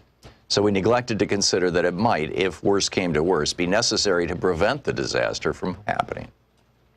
Through the whole of February 1933, everything that happened remained a matter for the press. In other words, it took place in an arena that would lose all reality for 99% of the population the moment there were no newspapers.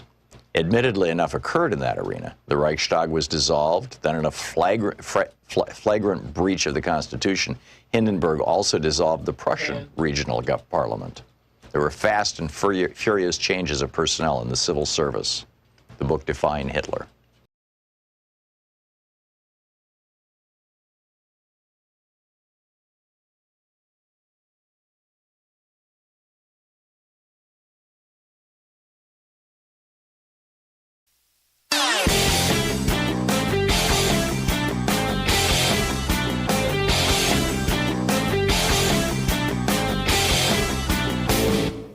Help support progressive radio. If you're listening to us on a commercial station, call their advertisers and let them know you're listening. If you're listening to us on Pacifica, or one of our many nonprofit stations, please support them when they do their fundraising drives. Thanks for supporting Progressive Talk Radio, and tag you're it. So Vivek Ramaswamy, during the first Republican debate, was laying out his vision for America and by the way, he was the number 2 guy in the debate, according to the Washington Post, in which he was arguing that we should basically do away with all of our federal agencies. Really, virtually all of them. Just shut them down and make them go away. He's not the first person to argue this. David Koch, running on the Libertarian ticket in 1980 for vice president, was arguing the same thing. He had a long list of federal agencies he wanted to shut down. This is not an uncommon thing among billionaires, and Ramaswamy is a billionaire. They basically want to take America back to the 1920s, before we had what they call the welfare state. And if they do so, they will turn America into a failed state. They want to make America into something like Haiti or Libya, and that would be a disaster. There's a whole article about it that you can read all the details. It's titled, "Is Vivek Ramaswamy a Different Kind of Republican Cat?" at HartmannReport.com. Check it out.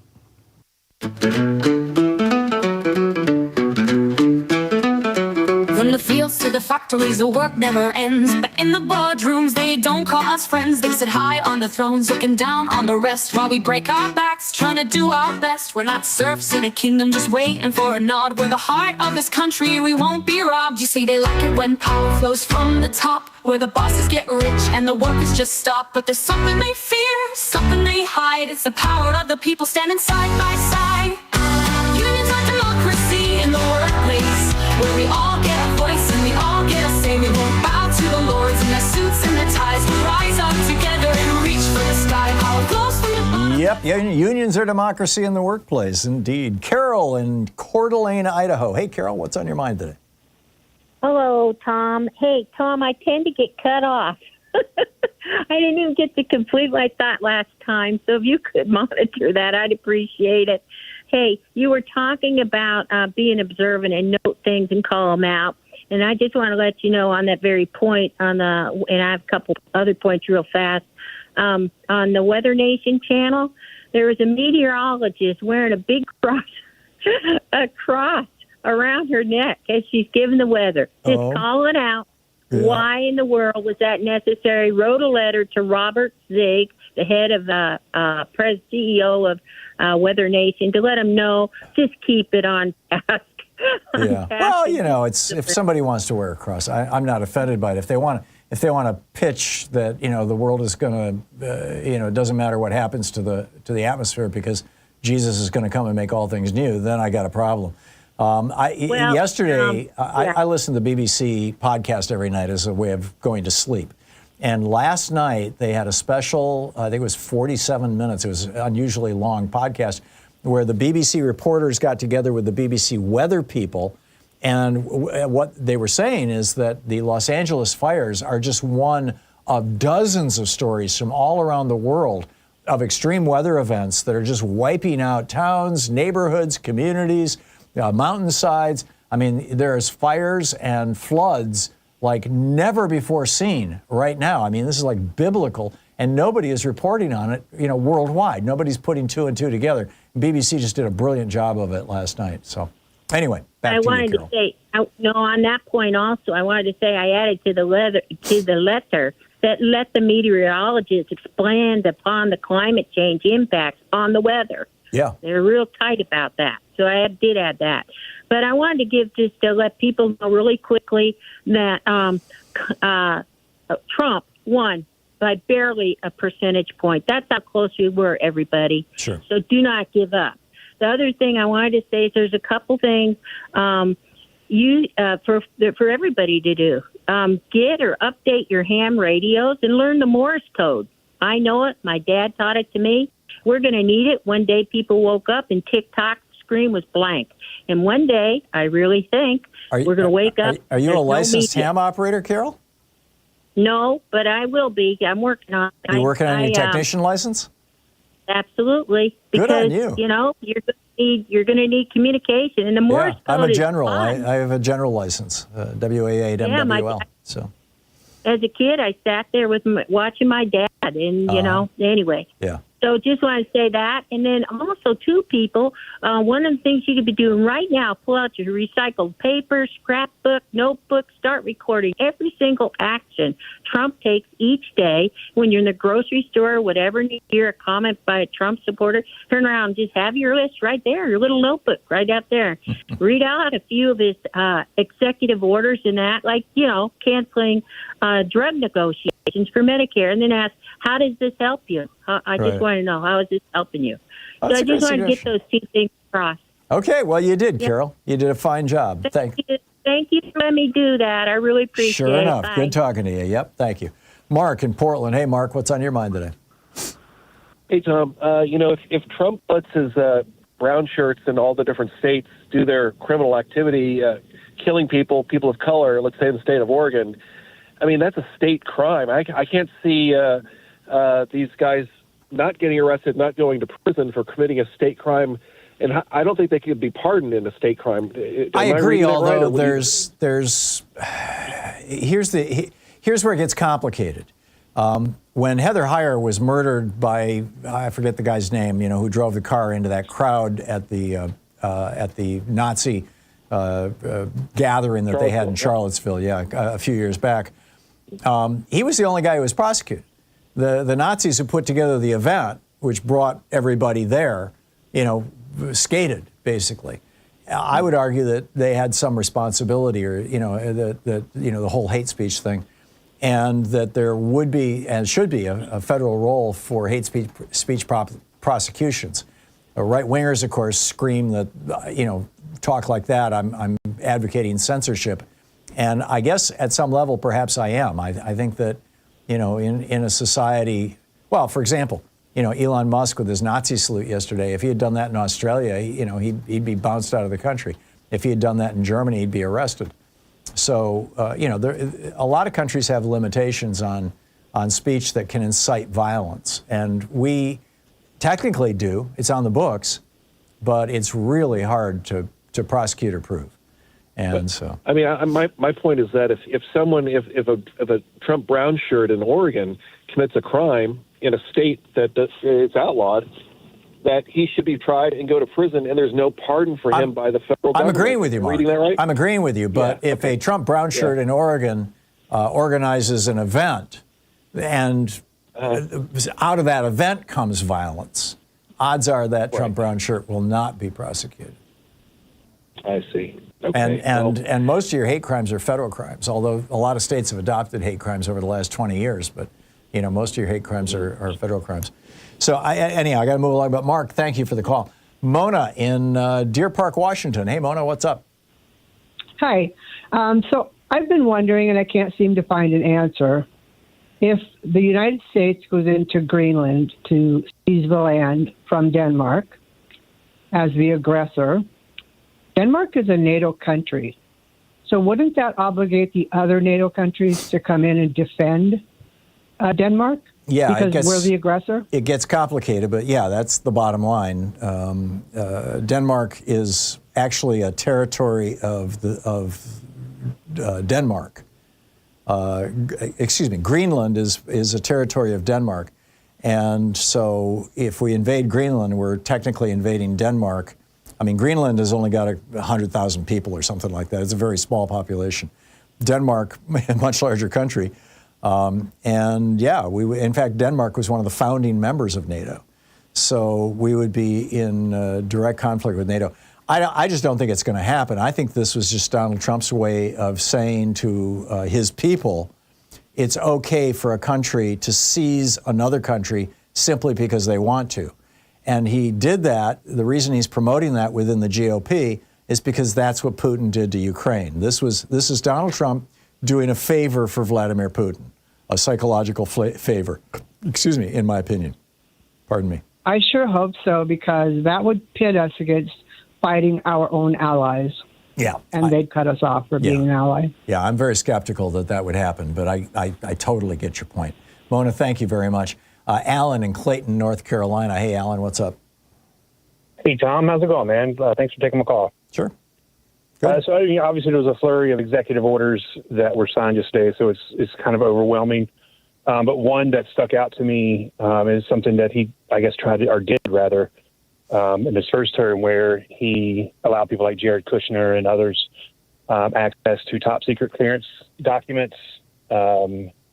Was there an executive order, requiring clearances for people? I missed that. It's titled the Memorandum to Resolve the Backlog of Security Clearance for Executive Office of the President Personnel. Basically, what it does is it allows them to essentially be granted. Now, it is an interim clearance, but they're granted clearance to top secret and sensitive compartment and information. Wow. So, that's valid for up to 6 if Tulsi Gabbard becomes the acting DNI, she has that information and can pass it along to Putin as fast as she wants, huh?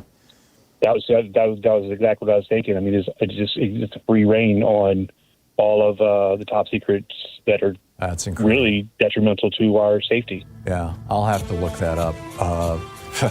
Doesn't sound good. But, these guys have never, Trump and his buddies have never taken national security. I mean, they don't, in my opinion, they don't care about America. They just want to get rich. Absolutely not. I mean, I'm an Army veteran.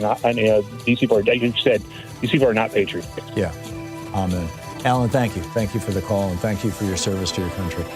It's 45 minutes past the hour. We'll be right back.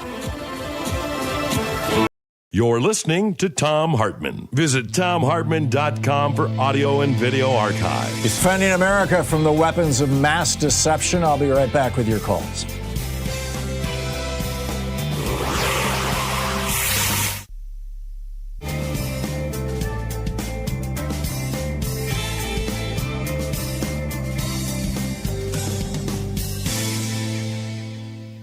And welcome back. Michael in Gainesville, Florida. Hey, Michael, what's up? Yes, hi. You had asked or mentioned earlier, is othering human nature's most dangerous instinct? Yeah, And I wrote an op-ed about to, 3 weeks ago to that effect. Oh, well, I haven't read it, but I wanted to perhaps get your opinion on an additional corollary. If we otherize the opposition, they win. And what I mean by that is I think, need to empathize and see Trump as a human being. And perhaps that means as a child crying himself to sleep in a bunk bed at a military academy. What drives him and what do we know about him? We know he has an incorrect view of natural law and evolution as being about competition and optimizing, and it does neither. The whole nation has that. We also know that, he has a morbidly wealthy, perhaps neurological alteration due to a post-success stress syndrome. And we also know that 1 in 3 Americans are abused and neglected, and we forget that second part: neglected, abused and neglected. And in light of Trump's, history, he may have both post-success stress syndrome and PTSD, post-traumatic stress disorder. So, I'm wondering if perhaps we can see his insecurity and bluster as being, and his ability to gather popular support as being other abused and neglected souls drawn to his own history by their own history, and they're offering him mutual support. In a way, that's a beautiful thing to see. So it's not unreasonable then, if you understand them in that compassionate way, him and his supporters, that they may very well demand universal health care, and they'll see the GDP, because of increases in efficiency, take off into space. And we should be encouraging that kind of thought, where we can see good things come about. When they say a willow bends in the wind, where that bending occurs at a microstructure level, it's actually going in reverse. In other words, it's not just bending; it's actually going in the direction of the wind. And so, supporting Trump in his good actions is something to consider. Yeah, I get it. Number one, I am not a fan of otherizing anybody. It's why I don't use the phrase maggot to describe MAGA people, for example. I don't think comparing people to insects is useful. I got that earlier. Number two, Hitler was similarly wounded. He only had one testicle. His father was abusive and beat him. His mother was weird, maybe psychotic. And he grew up just a complete mess. That's small comfort as you're being put in the boxcars and hauled off to Auschwitz. For the 1,000+ children who were torn away from their mothers as babies and have vanished into America, were sold or trafficked by the last Trump administration. Whether Trump was a screwed up child or not is small solace. For the people who are, for the people who are going to be, discovering next week that the drug that they've been paying, $100 out of pocket for is going to now cost them $1,000 out of pocket. The fact that Trump was abused as a child, his mother ignored him and went off to Scotland every summer, is small solace. So I get what you're saying, but I think there are limits to our compassion. Michael, thank you for the call. It's 10 minutes before the hour.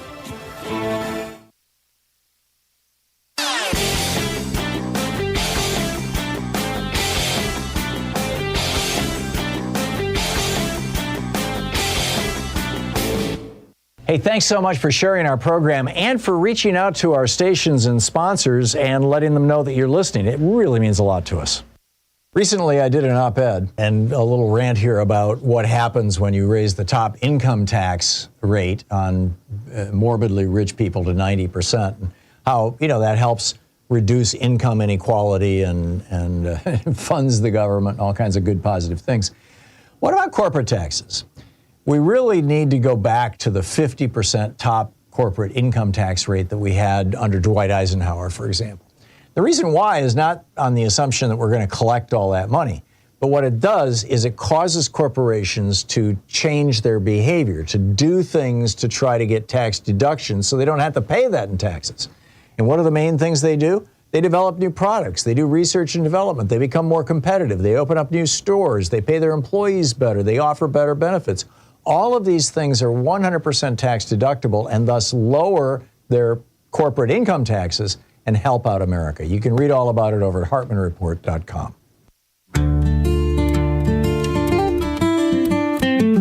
They built their empire brick by greed, while working hands met every need. The rules were bent, the truth ignored. The wealthy few now own the board. Musk and Bezos, their fortunes soar, while families struggle, wanting more. Congress trades on secret ties. Oligarchs rise as freedom dies. 2025, the year of American oligarchy. 52 minutes past the hour. Welcome back. Picking up your calls here. Jonathan in Portland. Hey, Jonathan, what's up? Hi, Tom. You know, I've always loved your show because it makes me interested about history. And I always meant to tell you, years ago, I heard you make a statement about the American Revolution. You had said that it was the world's first war against globalization, which I thought was really interesting, and sometime I'd like you to elaborate on. Okay. I refer you to Alexander Hamilton's 11-point plan for American manufacturers and my book, The Hidden History of Neoliberalism, for that. But anyhow, back to your question for today, Jonathan. Yeah. Well, you know, I think we need to take a deep breath and step back a bit. And, you know, Trump's been compared to Stalin and Hitler, but frankly, of all the leaders in the world and American presidents, he sounds the most like Andrew Jackson, who founded the Democratic Party. And well, Thomas Jefferson actually founded the Democratic Party, but yes. Well, it was. I get your point. It was, yeah. It was a different party when Jefferson founded it. But yeah, there is actually a dinner that's held, a fundraising dinner. I know, it's the Jefferson-Jackson dinner. Yeah, where Harry Truman had famously was talking about the Republican strategies. He was calling it the black and white strategy, that where Republicans will try to make people believe that black is white and white is black, and that that strategy would only appeal to a desperate Republican Party. Well, you know, they won, I guess. So Jackson had the Trail of Tears. Jackson, in contrast to today's Republicans, paid off 100% of the national debt, which, by the way, produced one of the worst depressions we've ever had, worse than the Republican Great Depression in the 1930s. Jackson's nickname was the Indian Killer, and of course Jackson's picture was the one that Trump chose to hang in the Oval Office back during his own first term. Yeah, and I mean, I think his style is probably the most similar to Jackson's. Jackson was a populist. You know, and it's true. Yeah, a populist, precisely, and you know, certainly Democratic presidents have been lauding Jackson throughout the years, and I mean, but I just think it would be good to get a little perspective on it, because you know, I don't think Trump's doing anything new. No, by and large, he's not. He is, though. I think, you know, his rejection of birthright citizenship, his embrace of lawlessness, of criminality, of people who even killed police officers. I think that's beyond. Well, the pale. again, you know, I mean, Andrew Jackson wasn't much better. I mean, as far as the Panama Canal almost goes, 200 years ago. I mean, let's give America credit for having grown and matured over the last 2 centuries. Well, okay. I mean, as far as the Panama Canal is concerned, I mean, I don't think Americans realize that Panama seceded from Colombia, and the Americans supported the secession and essentially set up a puppet government so we could control the Panama Canal. So we could build it. We built it. We didn't control. Well, we did control it right up until the Carter administration, but yeah, we did that so that we could build it. You know, and you know, with the clear understanding that was probably something that, you know, we needed to do for. But Jonathan, if what you're trying to do is soften the edges around Donald Trump, I'm not buying it. I'm not trying to soften anything. I loathe the man, and I think he's despicable. But I'm just trying to say that I think that the advantage of listening to your program, the thing I like the best, is about learning about history, and that is the history. Well, we've had some terrible presidents. I mean, Polk, for example, invading Mexico and starting the Mexican-American War. Abraham Lincoln was a member of Congress at the time, and he came out and spoke out against it, for which he was punished. Which in some part led to the creation of the Republican Party. But we've had some pretty terrible presidents do some pretty terrible stuff through our history. But anyhow, Jonathan, thanks for the call. And thanks for being with us today. We'll be back tomorrow, same time, same place. In the meantime, don't forget democracy is not a spectator sport. It requires all of us. And that includes you. So get out there, get active, tag, you're it. I'll see you tomorrow. Have a great afternoon. Be good to yourself and the people around you. Stay safe, and we'll catch up with you tomorrow.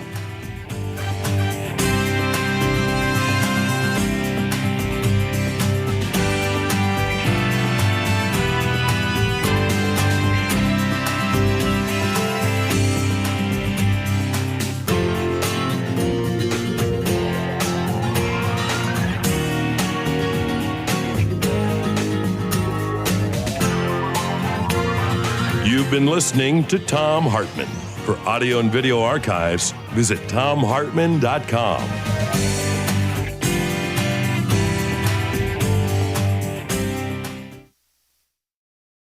In addition to bringing you the Thom Hartmann program here on Free Speech TV and Video Media Online, we also have a whole set of ways you can interact with us and tools you can use to spread the word about the importance of democracy and the threats to it in our republic. First, there's your daily homework. Sue Nethercutt puts together a daily email newsletter that has a link to every story I discuss on the air, so you can find my sources and you can share them with your friends. It's free and you can sign up at thomhartmann.com. Second, I publish my daily take every day over at the hartmannreport.com website. That's also free if you want the daily 5 days a week rant in your inbox. No ads either. Third, we have the podcasts. There's the free 1-hour version of our daily show that's advertising supported. You can find that wherever you get your podcasts normally. And then there's also the podcast of the entire 3-hour show with no advertisements, and that's available by subscription over at thomhartmann.com. So check them all out at thomhartmann.com and hartmannreport.com.